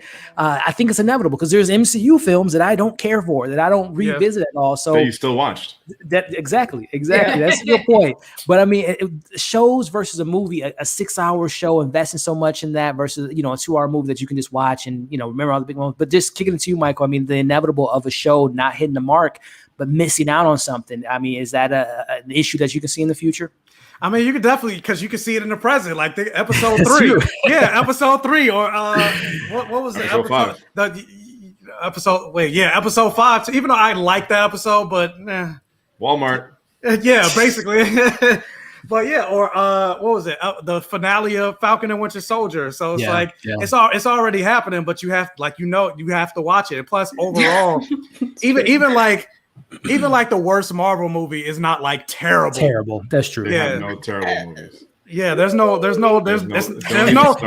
Woman 1984. Yeah, there's no Wonder Woman. Not at all. Not even close. Not even close. No, there's no Wonder Woman 1984. Yeah, there's no Wonder Woman 1984. So as long as they keep that standard up, then that's the bar. Yeah, then I don't necessarily see it being a slug. Because statistically speaking, like at a certain point, Marvel has to have like a dud. That won't or a character that we just don't resonate with. Yeah. Okay, but it's not going to be this guy right here. It's not. There you go. It's not going to be Kang. Yeah, man. But either way, I think because of the interconnectivity, especially with the Disney Plus shows, like you have to watch. Mm-hmm. I don't even want to say you have to watch because I would say something like even though I'm excited for this Miss Marvel, I don't think that's bring that up. Yeah, I don't think that's going to have that much connection to the greater MCU. I mean, maybe it will, only in the sense that she's going to be in the Marvels movie. Mm-hmm. Yeah. So it's going to set up that, but in terms of like significance and importance, I don't think it's going to have. I was gonna, because again, from the set photos, it seems very. I don't mean to take this as like a notch. It looks very kind of like Disney kids show like type tween. Of vibes. Yeah, but I could be wrong, and I hope I am wrong. I think they might, considering the actress is a kid. So. Is a kid, yeah. So like that might be the age. Yeah, which I love a good coming of age story. But I'm not like Michael said. I'm not like Miss Marvel. Can't wait to see. But I mean, who knows? That she might be the gateway to mutants or Inhumans or something of that nature, and. It's the most watched, it's like you gotta watch it to understand what's going on for Captain Marvel 2. We'll see, but it's always a lot. I was like, you just said that. I'm like, I gotta worry about that now when I watch it. I know. We'll see. But before we go back to the recap, shout out to Gumbo there with the $4.99 super chat. I think Disney did a good job of just introducing Kang as a Mortis. I totally agree with you. Disney did a good job of doing that, and as well as the actor did a phenomenal job of playing that role. But let's go back to the two best friends that we see in the show, and that is Mobius making the prodigal son has returned to the TVA. He makes his way back into Renslayer's office, and they have a discussion about lies and deceit and friendship and all that stuff that they've told each other this whole season. And I'm not gonna lie, Renslayer had a point, man, because if we just put ourselves in her shoes in regards to who's lying to who betrayed who, I mean, she made a couple good points there. But it was good to see Mobius first and foremost. When he said he was going to tear down the TV, I'm like, Mobius, I don't think you can fight, man, which just shows in the scene. Mobius don't got no hands. He ain't got the hands, man. He got taken over pretty easily. But we get a big moment here, as we alluded to earlier, as Hunter B-15 goes to Ohio, which, by the way, I don't know if it was just me, but when I saw Ohio, I was like, is this connected to Black Widow? No spoilers there, but it was interesting that they went to Ohio versus all the, and plus too, I don't know that school, what was it, the Roosevelt School? I can't think of the full name. Franklin D. Roosevelt. I thought that was in Texas. I don't know if, I guess they can be in Ohio too. But they probably got one in every state. I'm like, in every state, yeah. So it's like MLK Jr. Boulevard. Yeah, pretty much. Very true, but we get a big moment here as B Hunter tells Hunter 90 or whatever his name was of this big reveal that she's a principal, a teacher. I guess I got to pause it now. I didn't even know what was on that billboard of hers. Was there any Easter eggs or anything of who she was, who she's married to? I don't know. Maybe it's something I got to revisit later on. But Amanda, we get the moment here finding out her, I guess if you want to call it Nexus event, that she was this regular person and she was a teacher or a principal at one point, and her secret's out. Your thoughts on Ravonna Renslayer? I think that Hunter B-15 doing that and showing that there is another version of her was important. I'm pretty sure that's what I got from it, that's what they were doing. So I thought that was great. And going back to a different time where, she existed. I love the scene between Mobius and Ravonna so much. I love that he tried to fight her, and that just did not. I think that was like my favorite Mobius. I'm like, you suck. Don't try. Like, please, you already died. You got pruned once, man. Just like stay back, stay down. Don't do it. But yeah, that scene was important. And again, like, I still don't know what to make of Ravonna. I'm excited to see where she ends up. And I do think that it's maybe Ant-Man related. I do think that's going to go straight to like Quantumania with her. Maybe like we get a post-credit scene before then, something like that. I don't know, because that's where the other Kang would naturally be. So I don't know if that's that connection. But also she seemed clueless with Miss Minutes. So I don't know if that's even, I don't know. Yeah, It's we're going in circles. I'm going in circles. But I love Mobius in this scene. But my man can fight, so he should just stay down and get a jet ski and just chill and try not to fight people who will literally kick your ass. So, yeah.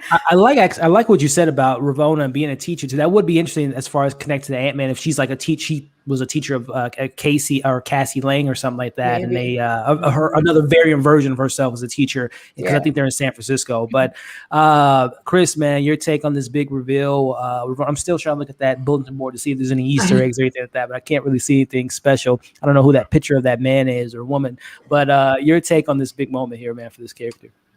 Yeah, I feel like 15 needed this to kind of be like, I've been trying to tell y'all, this shit is crazy.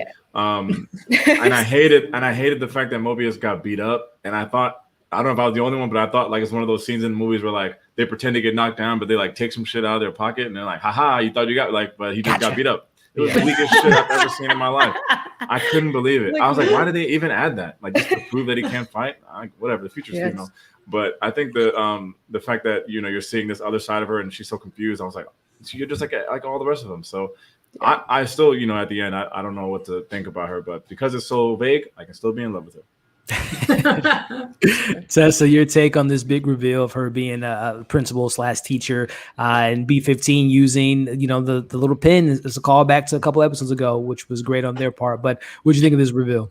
Yeah, I thought it was good. It was important to show, you know, to try to get the rest of the TVA to start to figure it out. But of course, as soon as, you know, they get everyone to figure it out, then, you know, Sylvie, you know, we'll talk about it later, but it doesn't matter anymore anyway, because now there's infinite timelines. So whatever. Yeah. But I do think it was a smart way to do it, you know, and I love that she kind of walked in and was like, what? And they're like, Judge Renslayer? And she's like, no, I don't know who that is. So yeah. I thought it was good. I like seeing Mobius come back and try to be badass, but not. I just was glad to see him try. A for effort, Mobius. A for effort, for sure.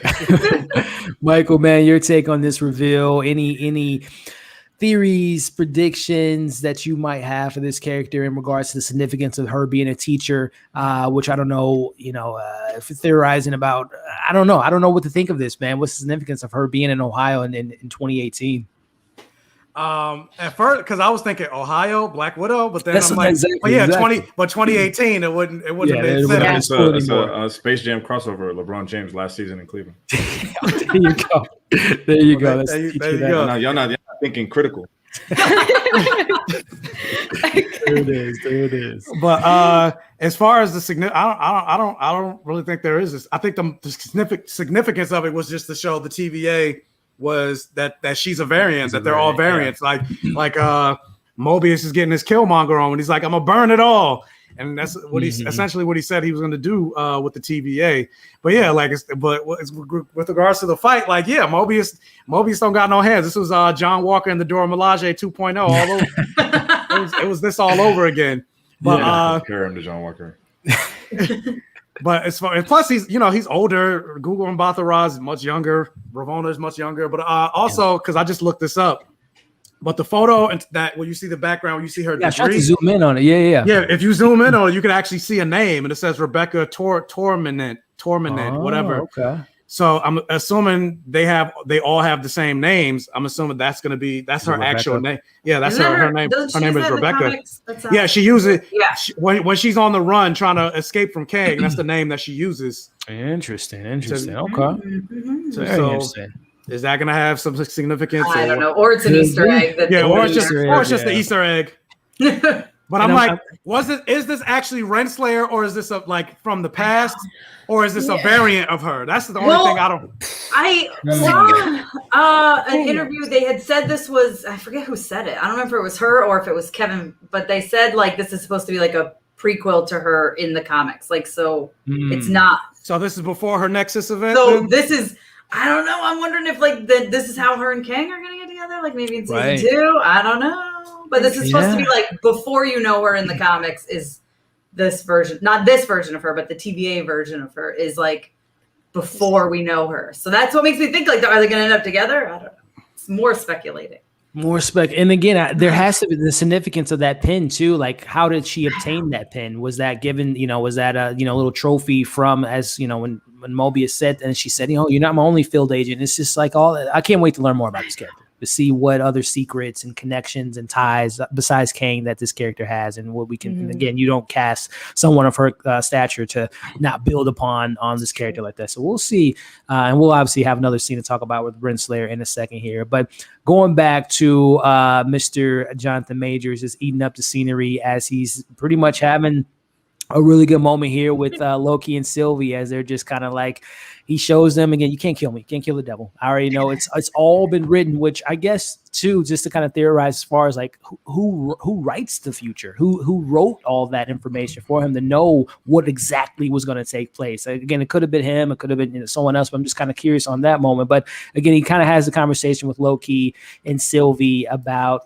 he's from the Lamentus to your moment on Lamentus to every single step you guys have taken has gotten you to this moment. I paved the way for you all to get here, which is a very, again, just, and Michael touched on it earlier, just kind of the big nature of the character and the jokiness and the quirkiness. But then again, it's those little moments of how he was saying those lines and really kind of dives into that character, which was just so great to see. And again, Sylvie and Loki are just like the audience. They don't know what to expect. But we see, we talked about this moment. She takes the prune stick and she says she's on the search for free will. We kind of talked about it, but just again, since we're on the subject, again, Amanda, where do you predict we will see this character again? Is it going to be in season 2 or Doctor Strange, Spider-Man? What do you predict and where she's heading? Where is she going to? That's so tough. Honestly, I'm gonna take her straight to Ant-Man. I don't think we're gonna see her before then for some strange reason. I don't know what it is. I think because unless Kang has, like, if Jonathan Majors in another post-credit scene somewhere down the line, maybe they could do like a post-credit of them meeting, but that wouldn't make sense. But I would literally just go to like Ant-Man Quantumania, because that's where my mind is going, because we obviously know he's going to be there. And I don't think Loki season 2 will come out before Ant-Man 3. They could do it, but I don't think that would happen. Well, Ant-Man 3 2023 or is it 2022? I think it's 2023. I think it's 23. Yeah. So gotcha. I don't think they'll be able to do Loki season 2 ahead of that. But yeah, my bet is Ant-Man 3 Quantumania, and I hope that it'll be a very interesting connection that they have, that they find each other, or they already found each other, and we have that chemistry there already. I don't know how that's going to work out, but as for Jonathan Majors in that scene, I just love his line delivery. And Michael said it, you said it. The line delivery makes it. Oh my God, it was just awesome. But like, you hang on his every word. It was just ridiculous. Like I said, I completely forgot that Sylvie and Loki were in the scene. Like, that's how powerful Jonathan Majors is. And like, I literally forgot. I'm like, who are you people? Like, Jonathan Majors is here. Like, that's the way it was. And I loved it. Every single line, he's a knockout. And that scene was great. And to know that he's that powerful and that he was like 5 steps ahead of everyone. Like, I love that. It was great. I can't think of a last time I've seen an actor have so much fun and also being like very like playing to the character, playing to the role. But you can just, I don't know, it was like this twinkle in his eye that you could just tell Jonathan Majors is like soaking all this in and really embracing the character, and it was just having a good time with them. But your MCU bag, like he about to blow up now. He's man. Yeah, it's his world. We're just living in it at this point. Chris, man, your take on thoughts on Ravonna? Place your bets, as Amanda said. Where do you predict we'll see her next TV show, movie? And then, of course, your thoughts on Jonathan Majors and his monologue regarding you guys, all the things you went through has led you to this point. Yeah, I don't know why I'm guessing just Loki season 2. I think the show didn't hype her up enough to rush her into anything else. Of course, I could be wrong, but that's if I just had to put money, I'll put a couple of dollars there. As far as majors in that scene, again, that's still my favorite scene of the episode. Having him, I guess we're talking about him explaining it, everything. I thought that was fire. And then, like, honestly, like, there was a point where I was like, it was getting like, I was like, this is too ridiculous. Like, he was acting like, okay, he's having too much fun. But then right when I was about to complain, like, he brought it back and he sold me again. And I was just like, all right, cool. I can't even complain about that. I can't even hate on this, because I was like, he's clowning too much to be this powerful of a being. But then he brought it back. Like, every time he got like a little too close to like pushing it too far. Right on that line. Yeah. He worked the line perfect. I agree. So yeah, I thought that scene really, like, I was like, damn, this guy's legit. So, and yeah, you kind of forget that Loki and Sylvia are in the scene. It's true. We'll get into the makeout later.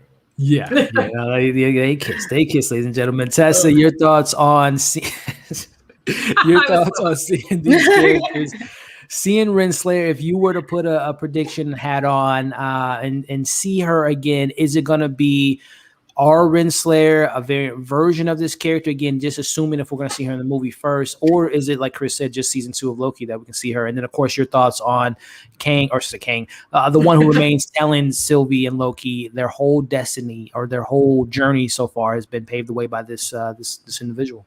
Yeah, I would guess we'll see her in Loki season 2 as well. I did find that quote. It was from the Loki press junket. She said, unluckily for me, this is more of an origin story for Ravonna Renslayer, predating some of the stuff in the comics. All that stuff is there, but this is before it. So interesting. Yeah. But anyway, yeah. So back to Jonathan Majors. I mean, he's just amazing. He was so good. It becomes his show. Like, somehow it becomes his show in the finale. And like, Loki and Sylvie are there and they're great, sure, but like, it's his show. And like Chris said, he walks that line perfectly. Every time he gets to go a little too out there, he reins it back in and he does something that snaps it right back to the beginning. And then he gets up there again and then right back down. Oh, he was just perfect. He balanced that line so perfectly. And tossing to you, Mike, before we go into our next sequence here of that description of the one who remains and the origins and all that, but just your take on, again, where do you expect to see a Renslayer character, and where do you see this character appearing in the MCU in the future? Yeah, I pretty much agree with like what Chris said. Like, I don't think she's big enough to show up in Ant-Man. Like, that would be the thing that makes the most sense. But yeah, I don't see her showing up in Ant-Man, only because, considering how, because she has no connection to Kang himself. I would say that it was the Immortus version, the one we saw today in today's episode. That's probably the one that sent her the coordinates or whatever, but he doesn't want her to be involved with the evil, his variant version, the Kang version, the one that he created the TVA to prevent. So I don't necessarily, and that's the version that we're supposed to see in Ant-Man. So I don't necessarily see. Right. I don't know if it would make sense for her to show up there, but she might. Who knows? She can show up wherever she wants. But yeah, I think they're going to save her for, especially because they didn't really do much with her to like tease, like, oh, she's going to show up in the movies and everything like that. So exactly. I think, I think they're ultimately just going to wait for season 2 to build more upon her character and everything like that. So we'll see, man. And again, she's another MCU casting of just like a talented actor just sitting there and can use them whenever you want. It's just like such a good position to be in if you're an actor and also, the MCU. But moving on, before we go on, quick shout out to Pound the Pavement. The Grinch is a low-key variant. Think about it. That's very funny. As well as, again, Pound the Pavement. Thank you so much for the super chat. And the Grinch, that's a good point. You might be onto something there, Pound the Pavement. But thank you so much for the super chat. And also 73 of you all that's watching live, again, make sure to like, share, comment your thoughts in the chat. We'll try to get to them if we can, but also subscribe to all these incredible content creators that are on this TV screen, phone screen, however you're watching it. Subscribe to them. You will not be disappointed. But moving on back to the recap, we go to Chris's favorite scene, and I think probably a lot of our favorite scenes is the demonstration, the lesson, the history story that we get from Kang as he pretty much tells Sylvie and Loki his origins, which is, pretty similar to, something I was just excited to see. And again, the way he delivers it, as he's the music's in the background, the energy there, the way he's talking about everything. This was reminding me so much of like, the Black Panther technology when they were talking about the history of the Black Panthers. I don't know if there's any connections there with obviously their technology being so advanced, but he talks about, a scientist in another century came across the idea of finding the multiverse, and he meets himself and, hey, you nice nose, nice hair. Everything was going good. But as things go, not everyone, as he says, has the purest heart. And he tells us exactly what Miss Minute said. There was a war of sorts. And I know we had Frankie on in episode 1, and she thought that that was like the last chance that we got to the Secret Wars. But I think this is showing us that, no, the Secret Wars is coming. That's something we can look forward to in the future. But he is the one Kang that survived, or the one that remained. He conquered all of his variant selves and used the help of the Alliance to do so. And that's how he was able to get the Alliance to be the keeper of the void. But Amanda, this history lesson of this war, of Kang's creation, of these other variants that are much more dangerous and more villainous than the one who remains. I was in awe. Like, literally, I love that they did this history lesson. It reminded me of like the beginning of Black Panther 2, and it was just really cool that they did that. Again, there's so much information. There's so much information in a little bit of time, but this just made me excited for the future, because if he stopped that and he did all of that, then obviously something's going to happen in like an Avengers film. Something's going to happen down the line. So, I'm just, again, Jonathan Majors, man, storytelling wise, his voice, everything, just incredible work. And I love what they did with the story. I love it. It was so great. awesome. It was great. Chris, man, take it over, man. I know this is your favorite scene of the episode, my man. What did you think about this lesson and your thoughts on the performance by Jonathan Majors, giving us, which normally this is exposition that some of us, the way is how you deliver it. And I thought it was delivered perfectly. Yeah. Yeah, I had to go put my glasses on just so I felt like a little smarter. Right. When I was and the score coming in too. Oh, yeah, exactly. I was like, I'm getting smart right now. I'm like, y'all let me kind of hard. Like, I'm not smart. No, but I thought I really like got scientific on. I'm like, the 31st century. I was like, what would that really be like? Like, can Earth even survive to that long? Like, I don't know. I think we'll destroy it before then. But I was like, damn, he's really breaking down. Like, and like we're seeing him. He's like eons ago at the 31st century. I was like, what? Where are we? This is at the end of time. You learn a lot, and it's like, I mean, this stuff is so meta and confusing, but like I think he explained it in a way that was like easy to understand. Well, I mean, like as easy as it could be. Right. Then you explain how he harnessed the power of the Alliance. I thought it was genius, and then even just using like the visuals on that, well done. Didn't look cheesy. Looked like it cost money, and I thought it was all dope. I couldn't agree with you more, man. Tessa, your take on this history lesson, the scientist who was able to conquer all the variant versions. And again, we talked about the opportunity that Jonathan Majors has to play these different versions. But what did you think of this sequence and the line delivery from Mr. Jonathan Majors? Oh, so good. It was so good. It was a great way to do it. Great way to like, here's a quick explanation where it like sort of makes sense. We're going to use visuals. We're going to use him talking. And it's like giving us Kang without giving us Kang, because he's like hinting at it. And it's like, it was just so brilliant that like, I was like, I want to see a war of like him, like Jonathan Majors just fighting himself, and like a million versions of himself. Like all the little, wasn't there one time that Jet Li movie, The One? Do you remember that movie? The One, on the planet and fought like a million versions of himself. That's what I want. I want it. I'd like, give it to me now. I'll watch it. He was just so good again with his delivery, and I feel like I sound like a broken record, but like it was perfect. It's perfect. I agree with you more. Michael, man, this information that we got was so well put together. What was your takes on that, man? And again, this war, will we ever see this war in the future? A secret wars of sorts? I hope so. I hope we see the war, because like even with the little tease to like the Kang coming in the future, like when they showed the multiversal war with the little figurine things, you saw they had the little Kang helmet and outfit and everything like that. So I'm like, oh, this thing, like even when he was talking, the whole thing just got me super excited, because just of all in terms of like the connectivity of everything that can come from this, like this is huge, and just the connections between him connecting to the Fantastic Four and him connecting to Doctor Doom, which I'm like, give me Doctor Doom. Even though like the timekeepers aren't real in this version, but his connection to the timekeepers in the comics and the fact that he tried to get Wanda's hand in marriage as Immortus because of her being the Nexus being. And I'm like, can that come into play with Wanda and WandaVision with it being revealed that she's a Nexus being? Is he going to try to manipulate her? Because I go back, because this whole thing made me go back to the line in the season finale of WandaVision where Agatha was like, if you become the Scarlet Witch, you do not know what you can, what's going to happen, who you're going to unleash. And I'm like, is that a reference to Kang? Like, is he now going to go after her? Maybe, who knows? Oh my That's God. this thing, time travel, her, she can go through dimensions, so can he. Variant, so who knows? Maybe, or it could just be Chthon. I don't know, but it can all work. Like I want it all. Yeah, his acting, the line delivery, because sometimes exposition, we're just like, all right, like for the sake, for the sake of television and movies, you got to get it out the way. But come on, let's get it out. But I was captivated. I was like, I was in for it. So I was like, have Jonathan, like you said, Jonathan Majors and Michael Pena do all the exposition.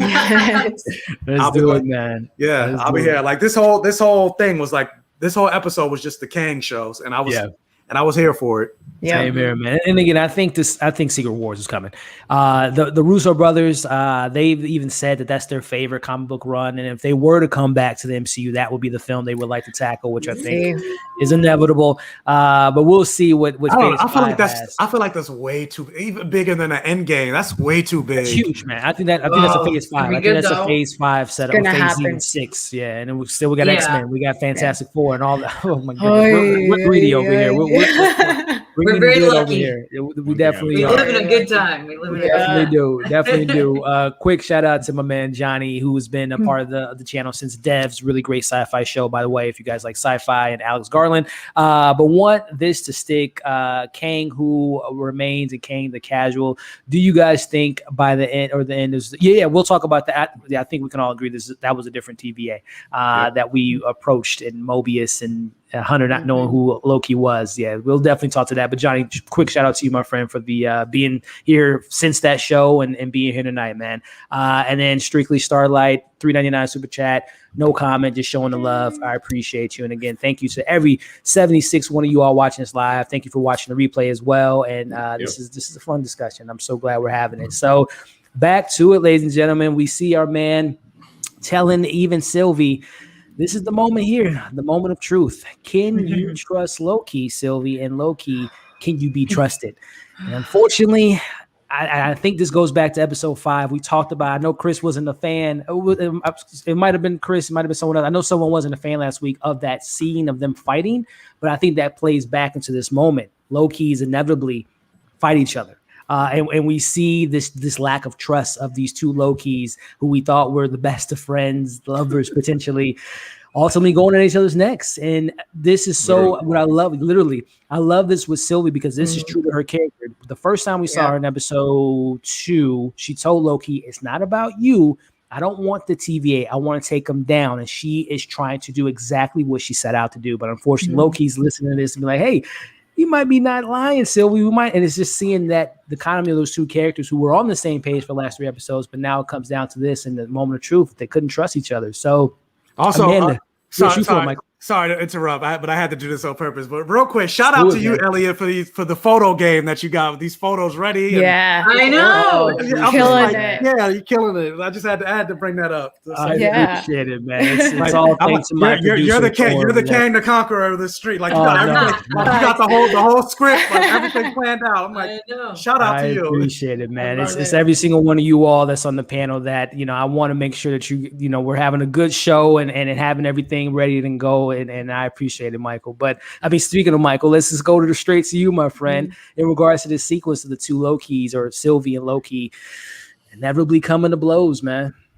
Honestly, because one of my big criticisms regarding the show is like the fight choreography wasn't that good throughout most of the other episodes, but it seems like they saved it all for this final moment. I thought this was the best fight scene of the entire series, and plus, going back to the, plug, things I love in my fantasy, blood, sex, gore, magic, in terms of like the magic aspect of this battle, it's everything I wanted to see in a Loki fight since we first saw him in Thor. Like, we've never really seen Loki use the level of magic that, and granted, we still didn't get a whole lot of it, but this was the most magical fight that we've ever seen with the two Loki. Even Sylvie was using more magic than we've ever seen her use. So when Loki was grabbing her with the telekinesis and threw her back, they were throwing energy balls, they were lifting stuff, throwing stuff. I was like, yes, give me the full like Harry Potter magic, Expelliarmus. Like I was here for all of it. So this battle between the two Lokis had me excited, but this little screenshot right here, this kiss,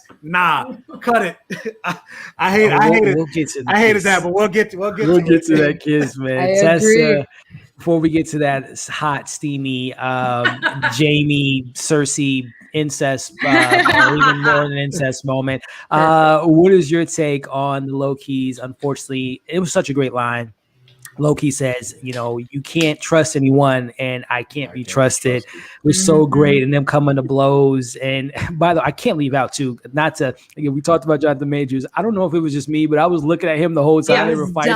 He was just like doing all this stuff. It's like, by the way, guys, the timeline is going like it's so great. But your take on this sequence here? Oh, it was so good because the fight was definitely the best in the whole series. It was fantastic.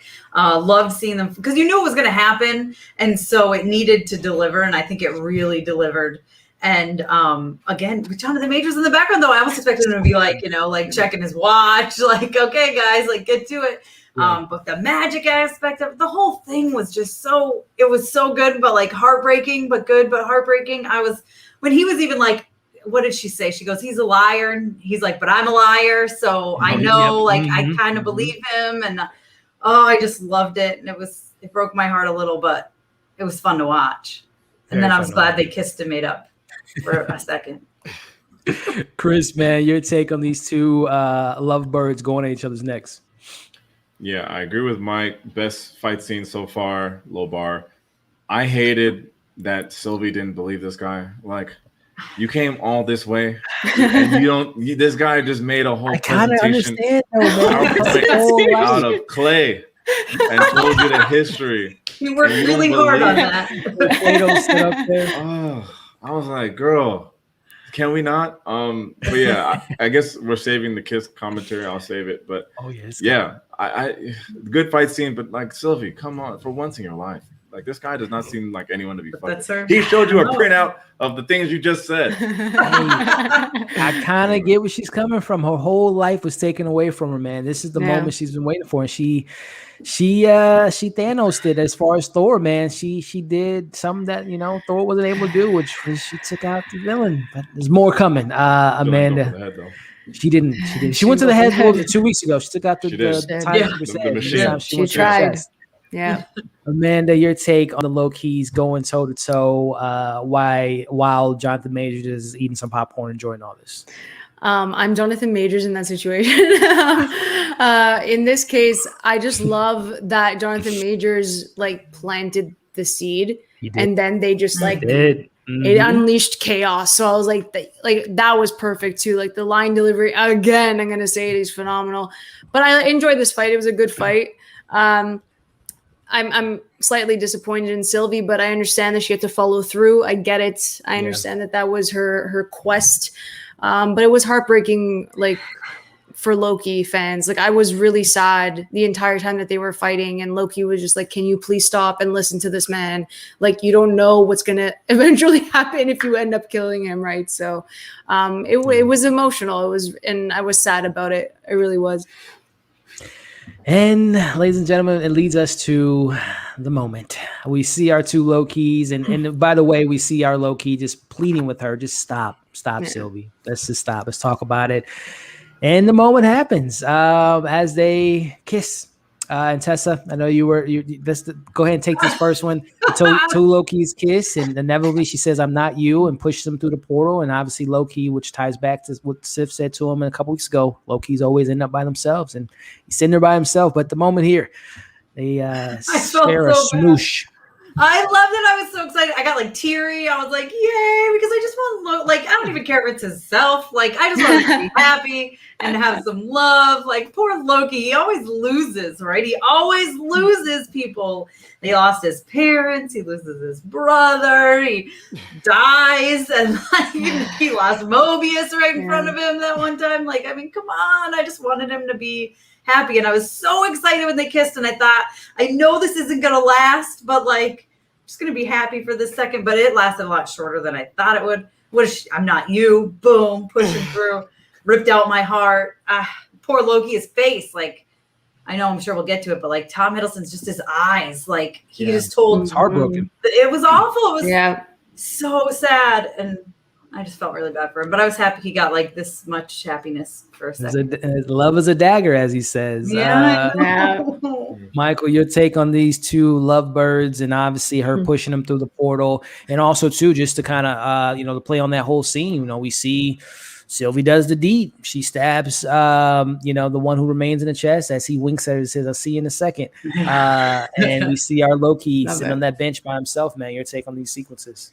Yeah, the whole thing. Like, I get where Sylvie's coming from with the TVA, everything's lying, but I'm just like you got to know, like, I don't know. I was kind of mad that she didn't trust him. But the whole thing, like the kiss, I hated the kiss. I was like, especially this. Granted, I know Marvel with this show, they keep trying to tell you with this thing like self-love is the best love. So it's like a masturbation narrative that they keep trying to tell here with this whole thing. But I'm just like, I hated it because honestly, I feel like they don't have any like Sophia DiMartino. I love her as Sylvie, and when she's interacting and acting with other people, I think she has great chemistry with them. But I don't know. I feel like I don't feel any chemistry between her and Tom Hiddleston. Interesting. Okay. So like this whole weren't they romance and I love you and this wasn't for you. I'm right there with you though. To be honest with you, I didn't think it was. I don't want to say earned, but from episode 3 to 6, we didn't really see that whole development, I would say. Yeah, no, and you definitely feel it more from him than you do from her. And I get she probably did it. I get she probably more than likely she didn't do it because she loved him or anything like that. She did it to lower his guard so she can knock him into the portal. But she still, she pulled a Loki. Yeah, she pulled a Loki, which shows at the end of the day. Like, I love how Jonathan Kang would keep calling her the Lokis, Loki, even though she said she's Sylvie, but he still kept calling them Lokis. So But yeah, just the whole kiss thing, I just wasn't a fan. And I know the whole thing about, Loki's a narcissist. Well, who else would he fall in love with but himself? But my problem, again, throwing representation in there, my whole problem with it is like, but we never seen him actually, like all the other variants. It's not like he tried to like, oh, look at that. Or like President Loki, which was literally played by himself. Yeah. He didn't show any type of connection or admiration or like interest or anything like that with all his other variants, but yet and literally the episode that they announced that he's bisexual and he had love interest between men and women, they instantly go with a heteronormative narrative with him falling in love with the female version of himself. And it's like, then what was the point of all of that? Like, so yeah, that's also where I wasn't a fan of this whole thing. It's Kevin Feige. I don't know if you guys saw on Rotten Tomatoes, he did like a 2-part interview and he talked about how they want a phase 4 is going to definitely have more diversity, more stories, people see themselves on the screen. And you can, like you just mentioned, Michael, it's the baby steps that they can go there, but then they pull it back and they go back to the norms and they go back to feeling safe and all that. So again, it's a long time overdue to have a character that we've seen since 2011 coming out, and it's taken 10 years to get that moment. So hopefully this is just one of many steps to get to what the real world looks like and on the big screen and related to real life. So Amanda, your take on these two lovebirds and also Sylvie getting the job done. This is, I saw it on, I'm not taking credit for this. I saw it online. This is the Star-Lord moment. This is Star-Lord letting his emotions get the best of him. And Sylvie literally creates the multiverse. Yeah, literally. I agree with Michael with everything you said. That kiss I knew that it was going to be bad. I knew that something was going to, like, afterwards, like, something after that kiss was going to happen. Because, like, you don't trust her at that point. Yeah. Like, you're literally fighting Loki and you're not trusting him. Like, after the time that you spend with him, now you're not trusting him because you're so close to finishing your quest. Like, I knew something bad was going to happen. So when she shoved him, I'm like, oh, great. Like, obviously, like why would you kiss him? It was like the most random moment in front of Jonathan. Like, why would you even kiss him there? Anyways, it was just poorly placed. I didn't like what they did, and it's just the fact that Loki's by himself again, and he genuinely looks heartbroken, as Tessa said. So it made me sad because there was a connection there, even though the chemistry was like a bit. So it was really sad just to see him by himself again, and that she did that. And and it's actually in my drafts on Twitter. It's like she pulled a Star-Lord, and I didn't tweet it because like I don't want to spoil anything. So I just left it in my drafts. But yeah, she did, and like I'm kind of mad at her. I wasn't that mad at Star-Lord, but I was just like, I don't know, just the way that she treated Loki in that moment. And then she did that to He Who Remains. Yeah. She created the multiverse. And like, do we thank her? I don't know. Should we thank her? Should we thank her for creating this greatness that we're going to do? Maybe. I don't know. I mean, Chris, the answers and Amanda's question. I mean, as a fan, yeah, I thank her. Thank you. Sylvie for creating the multiverse, but in context of the show, I mean, that's the whole thing. It is called Loki. We call her Sylvie, but Loki, she is Loki. Yeah. As we go back to 2012 and Loki fighting the Avengers and how big that set the stage for what we got in the rest of the MCU. And same thing goes with this phase. We can thank the Loki for setting up, set up Thanos now to set up Kang. So Lokis are always setting up the big bad. So your take on this multiverse being created by Sylvie? I mean, think about it, like realistically, like you get your first kiss, you've been waiting for this smooch. You get pushed, you get not only blue balls, but you get blue balls in another timeline, a whole new timeline. Not only that, by you told her don't kill this guy. Yep. She still kills him, and now you got to deal with Kang the Conqueror. Yeah. It's a rough Wednesday night for Loki. I'll put it like that. Love is a dagger. Yeah. I thought I wanted the kiss with the blanket thing. Like that's where you would do a kiss like that when it's a one-on-one romantic. You're dealing with a life or death decision. You're gonna kiss him right in front of this random dude you just met who may kill you, right? Just for just taking your eyes off him just to smooch. Yeah. Like I've been begging for this kiss, and then they give it to me when it's too late. So yeah, that's well said by everyone. The blue balls is definitely true, man. Blue balls. We said it last week when they said, "Oh, let's figure it out together," and we said that's the kiss of death. You guys just literally submitted yourself for failure moving forward. But wrapping up the episode as we kind of finish everything out. Loki by himself again. This goes back to him. Lokis are destined to be by themselves, but Loki snaps out of it. He gets out of his little funk. He comes up with like, okay, let me go and find Hunter. Let me find Mobius. At this point in the episode, they're saying that there's 63 different branches. And I'm like, at first I'm looking at the scene, I'm like, why are they acting brand new? Why? And also too, when Loki's running past the Minuteman, I'm like, why Loki, get He's a variant. You guys. I understand there's like another, the timelines are going into place, but get the variant. But so it didn't click into, we see him saying, no, it's he's behind it. And also too, shout out to Tom Hiddleston. I wish I had the screenshot of his face. That fear, that face that he had of like, this is the series. Like, we need to figure this out. We need to prepare for war. And he's like, who are you? Are you an analyst? Come over here. Hey, get this guy. He's a little loony. Turns around, and as we can see on the screen now, the timeline's already been messed up, mucked up. The question Johnny asked earlier in the stream, this is a new timeline. This timeline has Kang. He's not behind the scenes anymore. He's full out giving orders, because we even B115 says he wants us to have all. She like refers to Kang the Conqueror as like he's giving direct orders in this new timeline. So, Amanda, we are looking at the new timeline that Loki's trapped in, and I don't know. He's announced for Doctor Strange. I wonder how he's going to make his way back to the timeline. But your thoughts on this finishing moments before we go to the season 2 announcement? Like, my mind was already blown with Jonathan Majors, and then this scene at the TVA when like Mobius didn't know who the hell Loki was. I was like, are you serious right now? Like, he's finally back with Mobius. Things gonna go be fine. He's gonna get a jet ski. They're gonna sail off together into the sunset. No, it didn't happen. They didn't know who he was. So I was just like, what? I was in shock. But I don't even know. The only good thing is that Loki knows everything. So that's what we can assume that Loki knows about Kang, knows everything, the multiverse, knows the entire story, that he didn't get like reset or whatever. So he knows, and he's in a position where he can kind of like give them that knowledge and talk to them and let them know. So we'll see how that happens in season 2. But him being in Doctor Strange, I just think he's gonna get Wanda and Loki in the same room and yell at them for everything that they've done in their shows. Down and have a good talking to.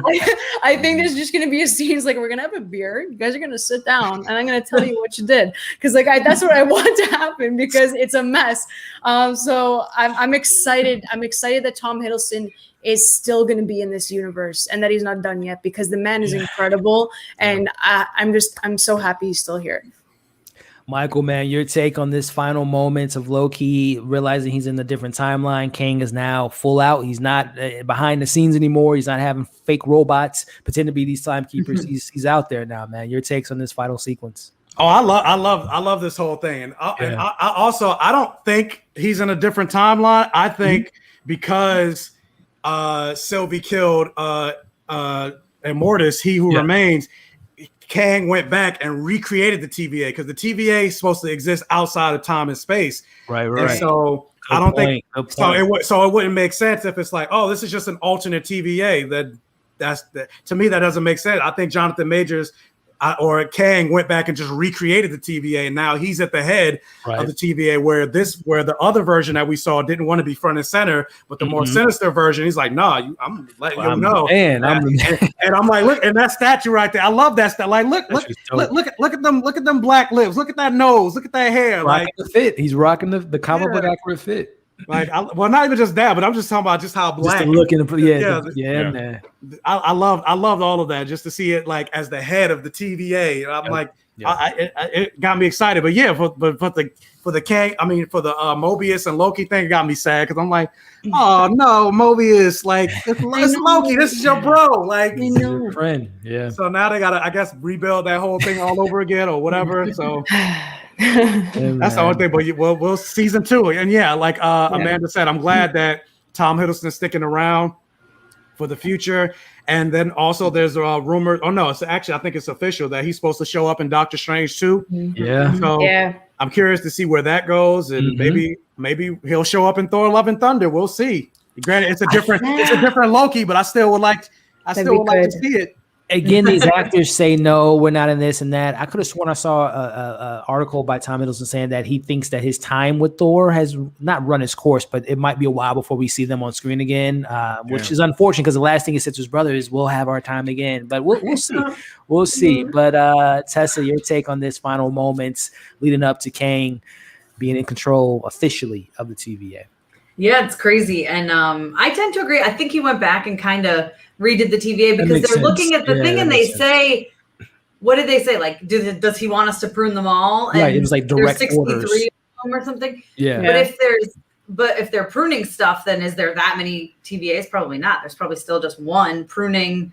I don't know. I guess we'll figure it all out. But just again, to Tom Hiddleston, when he's sitting there, I just love that moment when he's sitting there all by himself and he's like super sad and he's like crying a little, and then he just like looks up and is like, all right, like you can tell he like switched, like, okay, I got to do something about it now. Like, I was sad for 5 minutes. Gotta warn him. Yeah. And then he loses Mobius too, and I was like, this poor guy. It's so sad. Oh, it's heartbreaking. And you knew something was going on. But the way they're talking to him and looking at him, and you're like, something weird is going on here.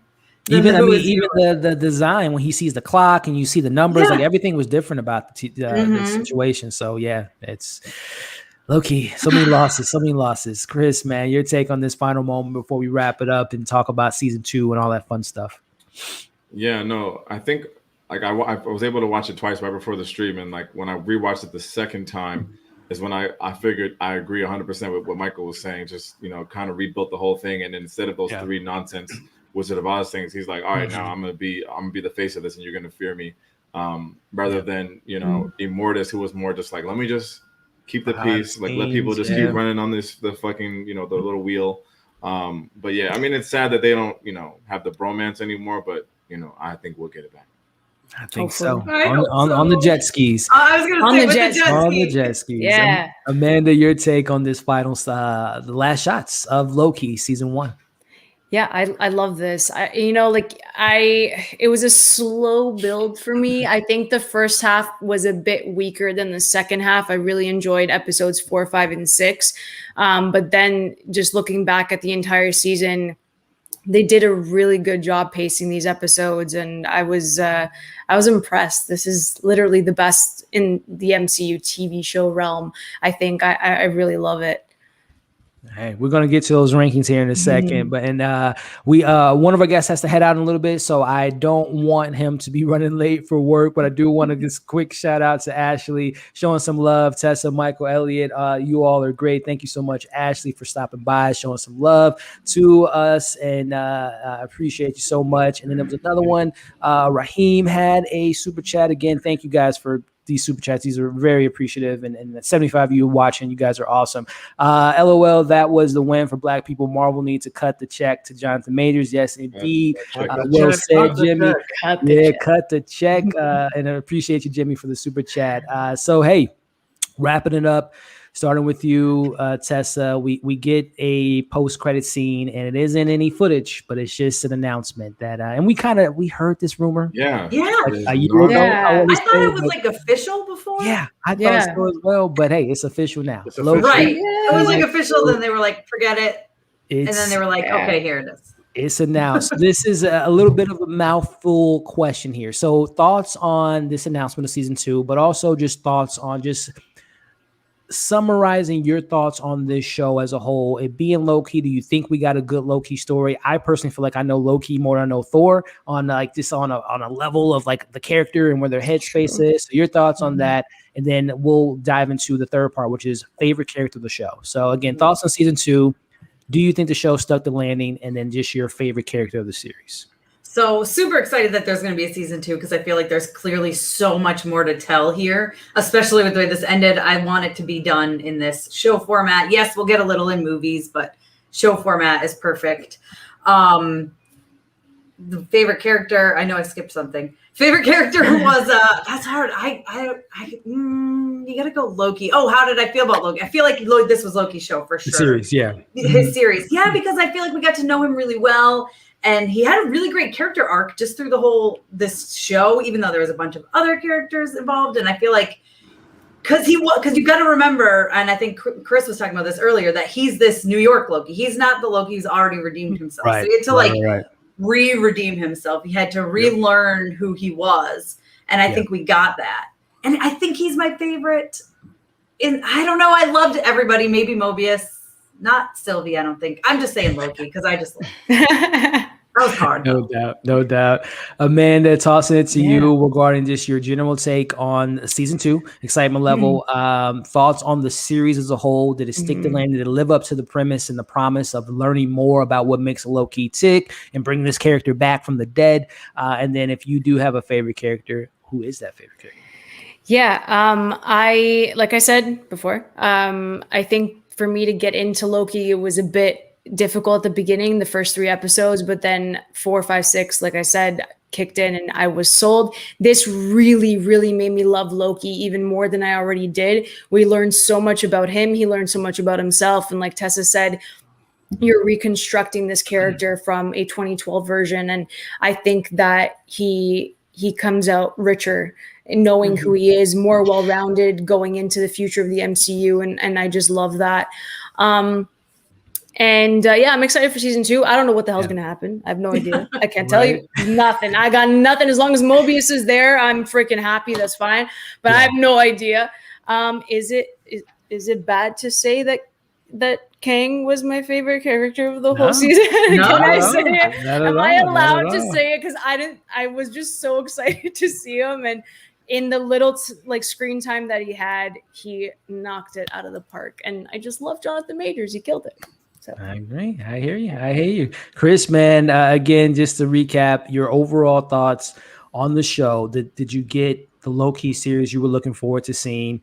Do you think a season 2 is going to be bigger, even badder, evil villains or whatnot? And then if you have a favorite character, and also too, are we going to see these characters in the future anytime soon? All that, man. What's your take on that? Damn, let me think. What you even just said is a lot. What was the first one? Just tell me the first. I know the rest. Season 2 announcement. Excitement. I mean, obviously, kind of whack because we got it. I thought we had it convinced or confirmed already. But I guess if you're not like in the trades, it's fine. I think I would have liked it if it said the next time you would see him, because it would probably be Strange, I guess. So like if it said, I was thinking that too. Loki will return Doctor Strange, then I think we'd be hyper. Even though we kind of know, like I don't know, because this is nonsense because we have no idea when this is. So we're like, okay, like if this said we'll return in season 2 in 2022 or whatever, then we'd be like, okay, well, interesting. Right. This to me is nonsense.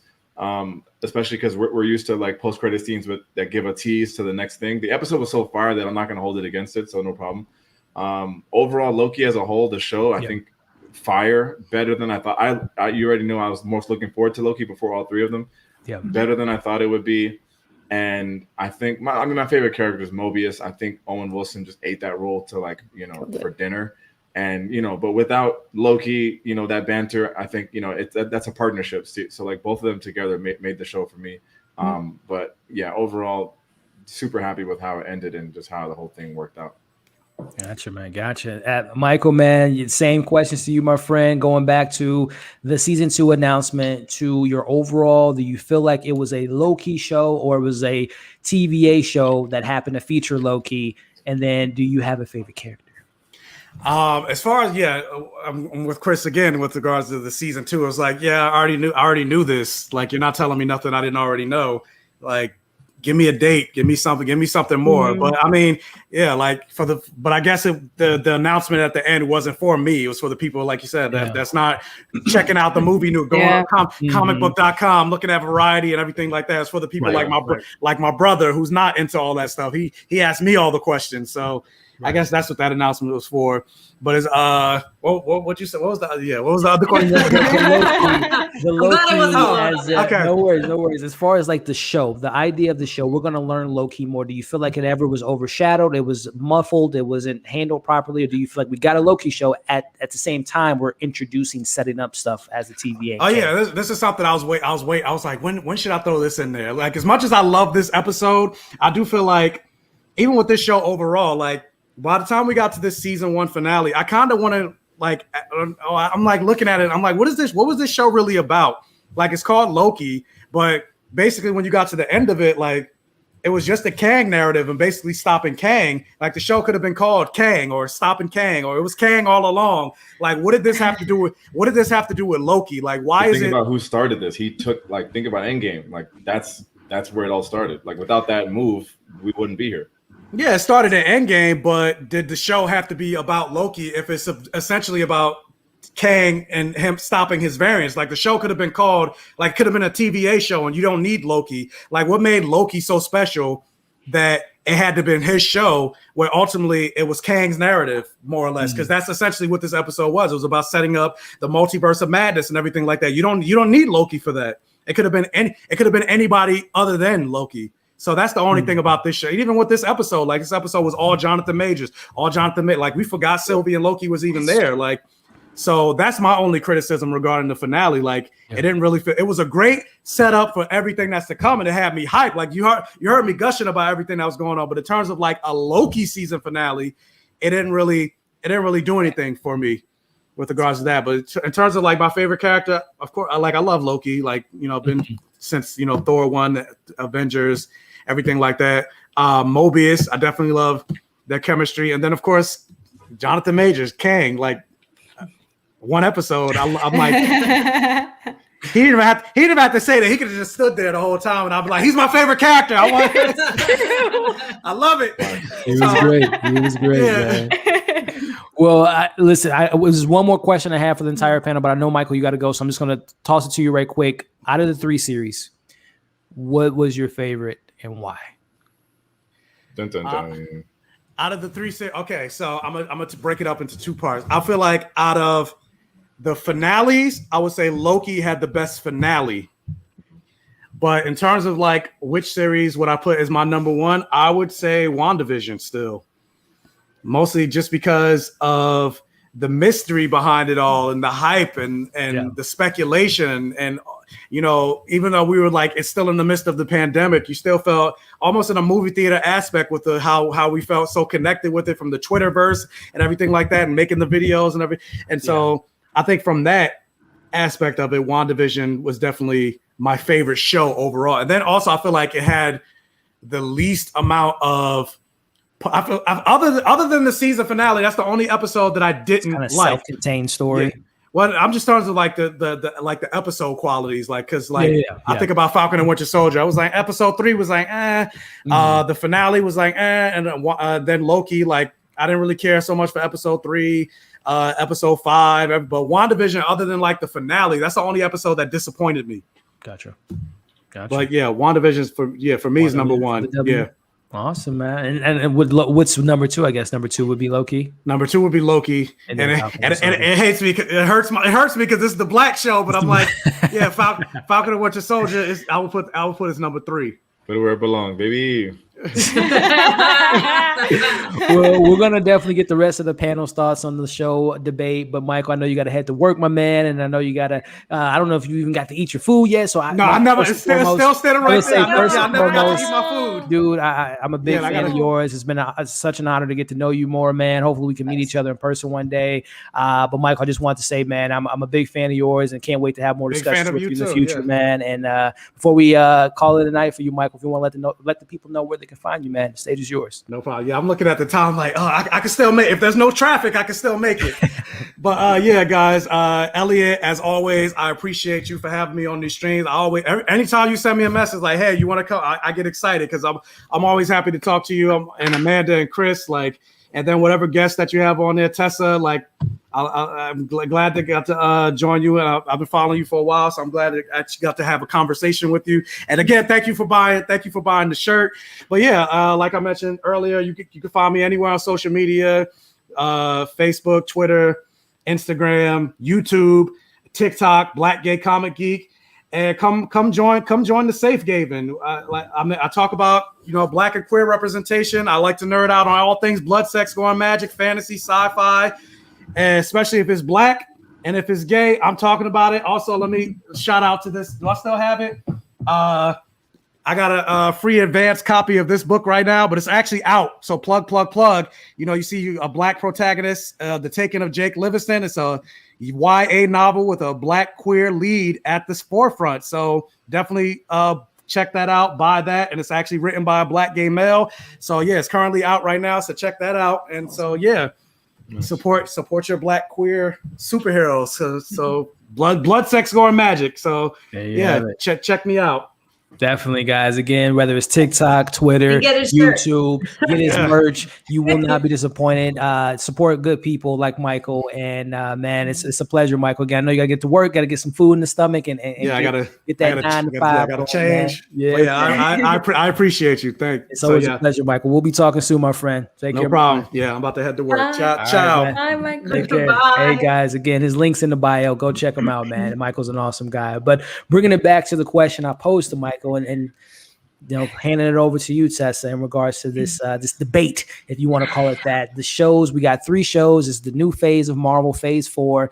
And we got some 23 nominated show, WandaVision, 5 nominations for Falcon and Winter Soldier. Loki got a season 2 out of the 3 got a season 2. So they all have their pros and cons, but toss it to you, Tessa. What is number 1? It's hard. So it was WandaVision all the way up into that finale of Loki. And then that just got pushed ahead. And that was like my initial thought. And then I thought, okay, I need to like take a step back and think, maybe rewatch a couple episodes of WandaVision, revisit stuff. And it's Loki, but by like the slim margin. And I think it's got a lot to do with Jonathan Majors. It's got a lot to do with what's being set up in the end. And it just, I don't know if I'm still reeling in Loki land, and maybe my brain will change. But for now, it's Loki with WandaVision like right there, and then like Falcon and the Winter Soldier probably more like down here. Which I did like the show. I think the Flag Smashers that ruined the whole. 100%. 100%. Yeah. That's clearly the worst villain of villain of Phase 4. Well, I don't know. Taskmaster was. Taskmaster. But we'll leave that check out that stream that we did with Tessa. But yeah, these Flag Smashers were disappointing. They were well. Chris, they were what? What was that? I don't even know. I don't know. Chris, I think I already know that Falcon Winter Soldier is number 1, so I know that where you're going there. So I guess it's just what's number 2 and 3. But no, Chris, what's number 1 for you? What's number 2? What's number 3? And if you have reasons why, definitely let us know, my friend. Before I do that, oh, here we go. I'm scared. Elliot, I know you watch sports. I do, man. You must have seen Anthony Mackie's opening at the ESPYs. I saw a clip of it. I didn't watch the entire clip. I just saw he was on stage and was it was kind of weird, but I didn't finish the whole thing. Oh no. Well, when you have a chance, I'll check it out. No. Check that out. Leave him and alone. Tell me if that's your Captain America at the end of the day. Leave him alone. All right, I'm gonna let it. And then even me and Frankie was talking about it on the gram. Your other guest. Anyway, let me go back in time. I gotta see this clip now. I gotta see it. Before all these shows started, I was most looking forward to Loki, then Wanda, then Falcon. Then when it started to pick up, I said, I think in the end, this will be the best one because it's so creative. And then Loki, the finale and all that made it so crazy. I'm not married to this decision, but and I also think it's fair if I just rewatch all of them to really get a nice little thing. Mm-hmm. But I'm gonna go final answer WandaVision first. Very close margin to Loki second, and then Falcon and the Winter Soldier. As much as Falcon is my least favorite fucking Avenger, it's not a bad show, of course, by any stretch of the imagination, even though I think the Dora Milaje boosted that show. If it wasn't for them, it would be a real low 3. But I hate on Mackie, but the show is still a good show. It's obviously my 3rd though. I said some nice things in there. So you did. I like You're great. Good job. Kudos. I was scared you're gonna roast like the whole thing. That's fine. So I'm just saying. It's growth. Growth from the 6 weeks that I died. Anyways. Awesome. To you, Amanda. We got 3 shows. MCU Phase 4 out of the gate. And remember, this wasn't supposed to be the situation. It's supposed to be Black Widow, then Falcon Winter Soldier, then WandaVision and Loki. But obviously things changed. So with all that being said, who is the king of the hill for you? And number 2 and number 3 and reasons why? Oh my God. It's going to be so surprising when I say this, but Loki takes top spot for me, actually, out of all 3 MCU shows, just because I loved the banter between Mobius and Loki a bit more. It was great in this, and the writing was great. Everything, the production value, like the score, everything. They really just elevated each episode. Production design, costumes, writing, score, direction, all of that was just spot on. Even if it did feel like the pacing was off in certain episodes, like I didn't like 2 episodes, I didn't like 3. And I didn't like 1. Those were the 2 that I didn't really vibe with. And then that's why I love the second half. But this just, it's essential viewing for the MCU moving forward. And it just got me so hyped for everything that comes next. So it's Loki. And then my heart is with my boys with Falcon and the Winter Soldier in 2nd spot. And WandaVision is in 3rd, just because I have my own peeves. Again, I like the first half. I'm going to always say I like the first half of WandaVision, and then it just started falling off for me at the end. But they're all really strong in their own way. Mm-hmm. They're unique in their own way. So it's really hard to grade them. But yes, the God of Mischief takes top spot for me. Number 1. Yeah. All right, Amanda, I think I'm right there with you. Whoa. If anything, I'll say this. This to me gives the icing on the cake. I'm a big score head. I love scores, and I'm not exaggerating when I think Loki is the score that they provided us in this show is like probably number 3 for me. I have Avengers, I have Black Panther's score and everything that they offer with that, and then Loki's right there. Like that score to me is like top-notch quality. And then, Chris alluded to it in regards to just the idea of the show. I'm a big sci-fi head, so I love time travel, which by the way, Dark, one of the best time travel shows of all time on Netflix. Definitely recommend that. But I love time travel. I always refer to the show as like a Noah Hawley Legion type of thing. I love the wacky and the weird and the alligator Lokis and the birds. But I love all the wackiness the show had to offer on top of, I think, Tom Hiddleston gave his best performance as Loki. And this is someone that's been in the role for 10 years, to be able to elevate and find nuances in the performance and having this, bringing a character back type of situation and giving us something new is incredible to me.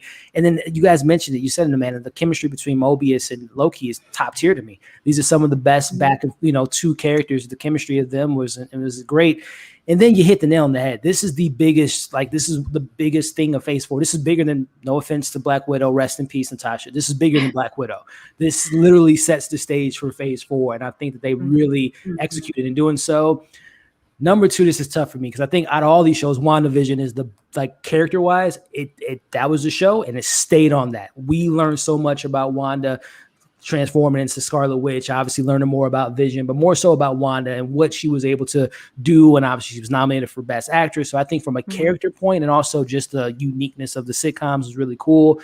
And then Falcon and Winter Soldier, man, the conversations, Isaiah Bradley and, a black man taking up the mantle, all that stuff is great. And Amanda, we talk about it every single week, Falcon and Winter Soldier. Cut from that cloth, one of my favorite individual movie in the MCU. So number 2, I'm going Falcon and Winter Soldier and then WandaVision number 3. Elliot. The Dora Milaje, just like the score gave me the extra boost. I'm gonna give the Dora Milaje, just them coming in and being such badass, and then they have jurisdiction wherever they go. And also see, Zemo coming back in the mix and all that stuff. Even though I'll put aside the Power Broker, I'll put aside the Flag Smashers, Bucky, Sam.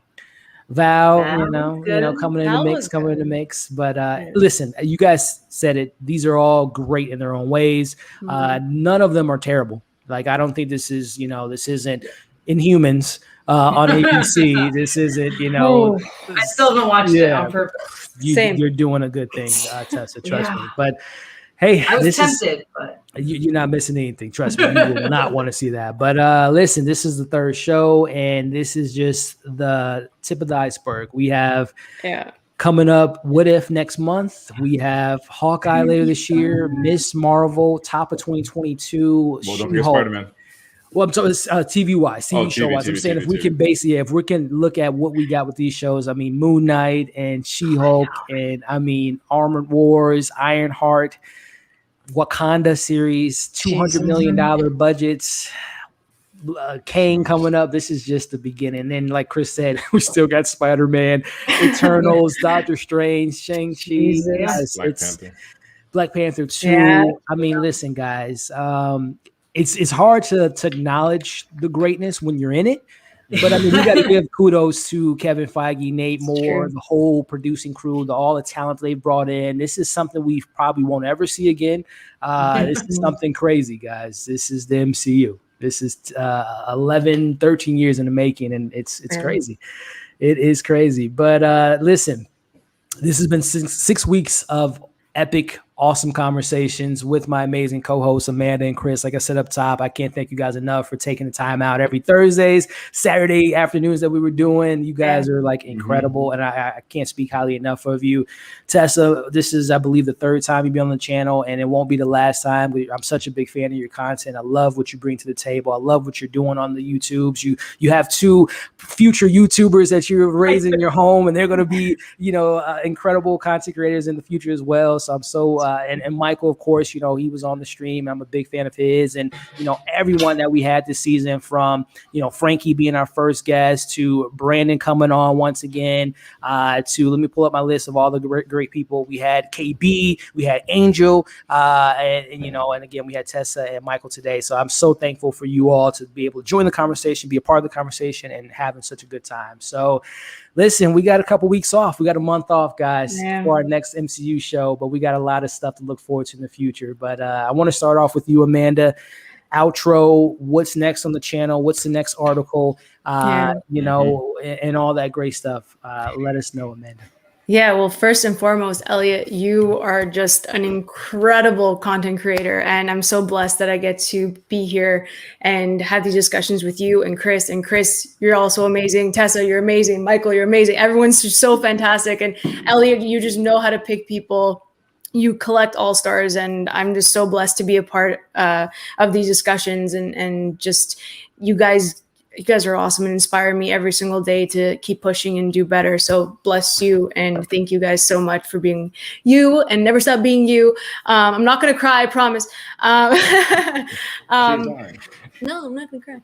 You guys can you guys can always find me over at AMX NDA Reviews on Twitter, Instagram, and Letterboxd. You can check out my YouTube channel, Candid Cinema, and my website, candidxcinema.com. I have my Loki review dropping tonight, hopefully, if the technology will allow me. And then I have my Gunpowder Milkshake review up right now. And I have Fear Street Part 3, 1666, dropping tomorrow, and probably a couple of other videos. But yes, it's been such a blast. Love you guys. And I can't wait for the future of the MCU. Can't wait, and can't wait to check out all that amazing content you just mentioned. Guys, check out Amanda. Her links are in the bio. Seriously, one of the best, not only just a great person, but also just a talented individual. So check her out. You will not be disappointed. And Amanda was an incredible co-host, and then the chemistry that we have with my boy Chris, coming in every single week, dropping in the jokes, dropping in the comedy. I mean, the guy, as you guys saw for the last year, or 6 months that we've been doing this, or 7 months we've been doing this. He is just so incredible, guys. So if you think this is great, go check out his own individual channel, because it's just that times a million. The man has jokes. I think he's a low key. I think he's a comedian. He just hasn't told us yet. The man is incredible. But Chris, man, if you want to let the people know what's next on Tait's Take and where they can find you, man. First thing, I forgot to bring this up when we were talking about Feige, but I think I was reading that Feige, when he said about the shows, you don't have to watch the shows, I think he just said you don't have to watch WandaVision. So like technically he's not like wrong, because WandaVision doesn't super connect. So if it's Falcon and Loki, obviously you do have to watch those. I think we got caught up thinking he just had the shows in general, but I think if you go back, it might be just for WandaVision. But that's not important. What's important is that we got to at the end of another show. I never thought we'd be, 3-4 shows in, live streams, and then the connections that Elliot facilitates us to, being on Tessa's live last week, even doing stuff like with Christine, like just through Elliot, pretty much. I don't know if Michael calls you the Nick Fury. I don't know if he made that up. Someone who did deserves the credit, but it's true. These things are organized. The flow is perfect. The energy in your chat is crazy. Look at James. He says, I heard Chris is becoming a Miami Heat fan. I'd rather get COVID. But but like the asymptomatic one, the specific one. No, I really look at this platform you give me to talk this nonsense. We're here to talk about Elliot's channel. I think it's fucking dope that you hit 14K. I know you'd probably be at 16 by the time we get to What If. So just keep grinding, keep doing that shit. I try to watch all your videos as much as I can. But keep doing that. For me personally, I just made a video. I have a Naomi Osaka documentary video that's up on Netflix. On Netflix. It's on Netflix, but it's on YouTube. But my next video, I'm too embarrassed to even tell you what I'm reviewing on Netflix next. You'll just see it when you see it on Monday. No, you got to tell me first. And then I'll tell you offline. Okay, good. I'll tell you offline. And then I'm gonna try and do Space Jam. I just need to do it for the culture and try not to hate on LeBron. I think I'm gonna be good. I'm gonna be kind and fair and level-headed. So that's my goal to do this weekend through all the turn up. So again, thank you for having me, and Tessa, we gotta keep in touch. Yeah, of course.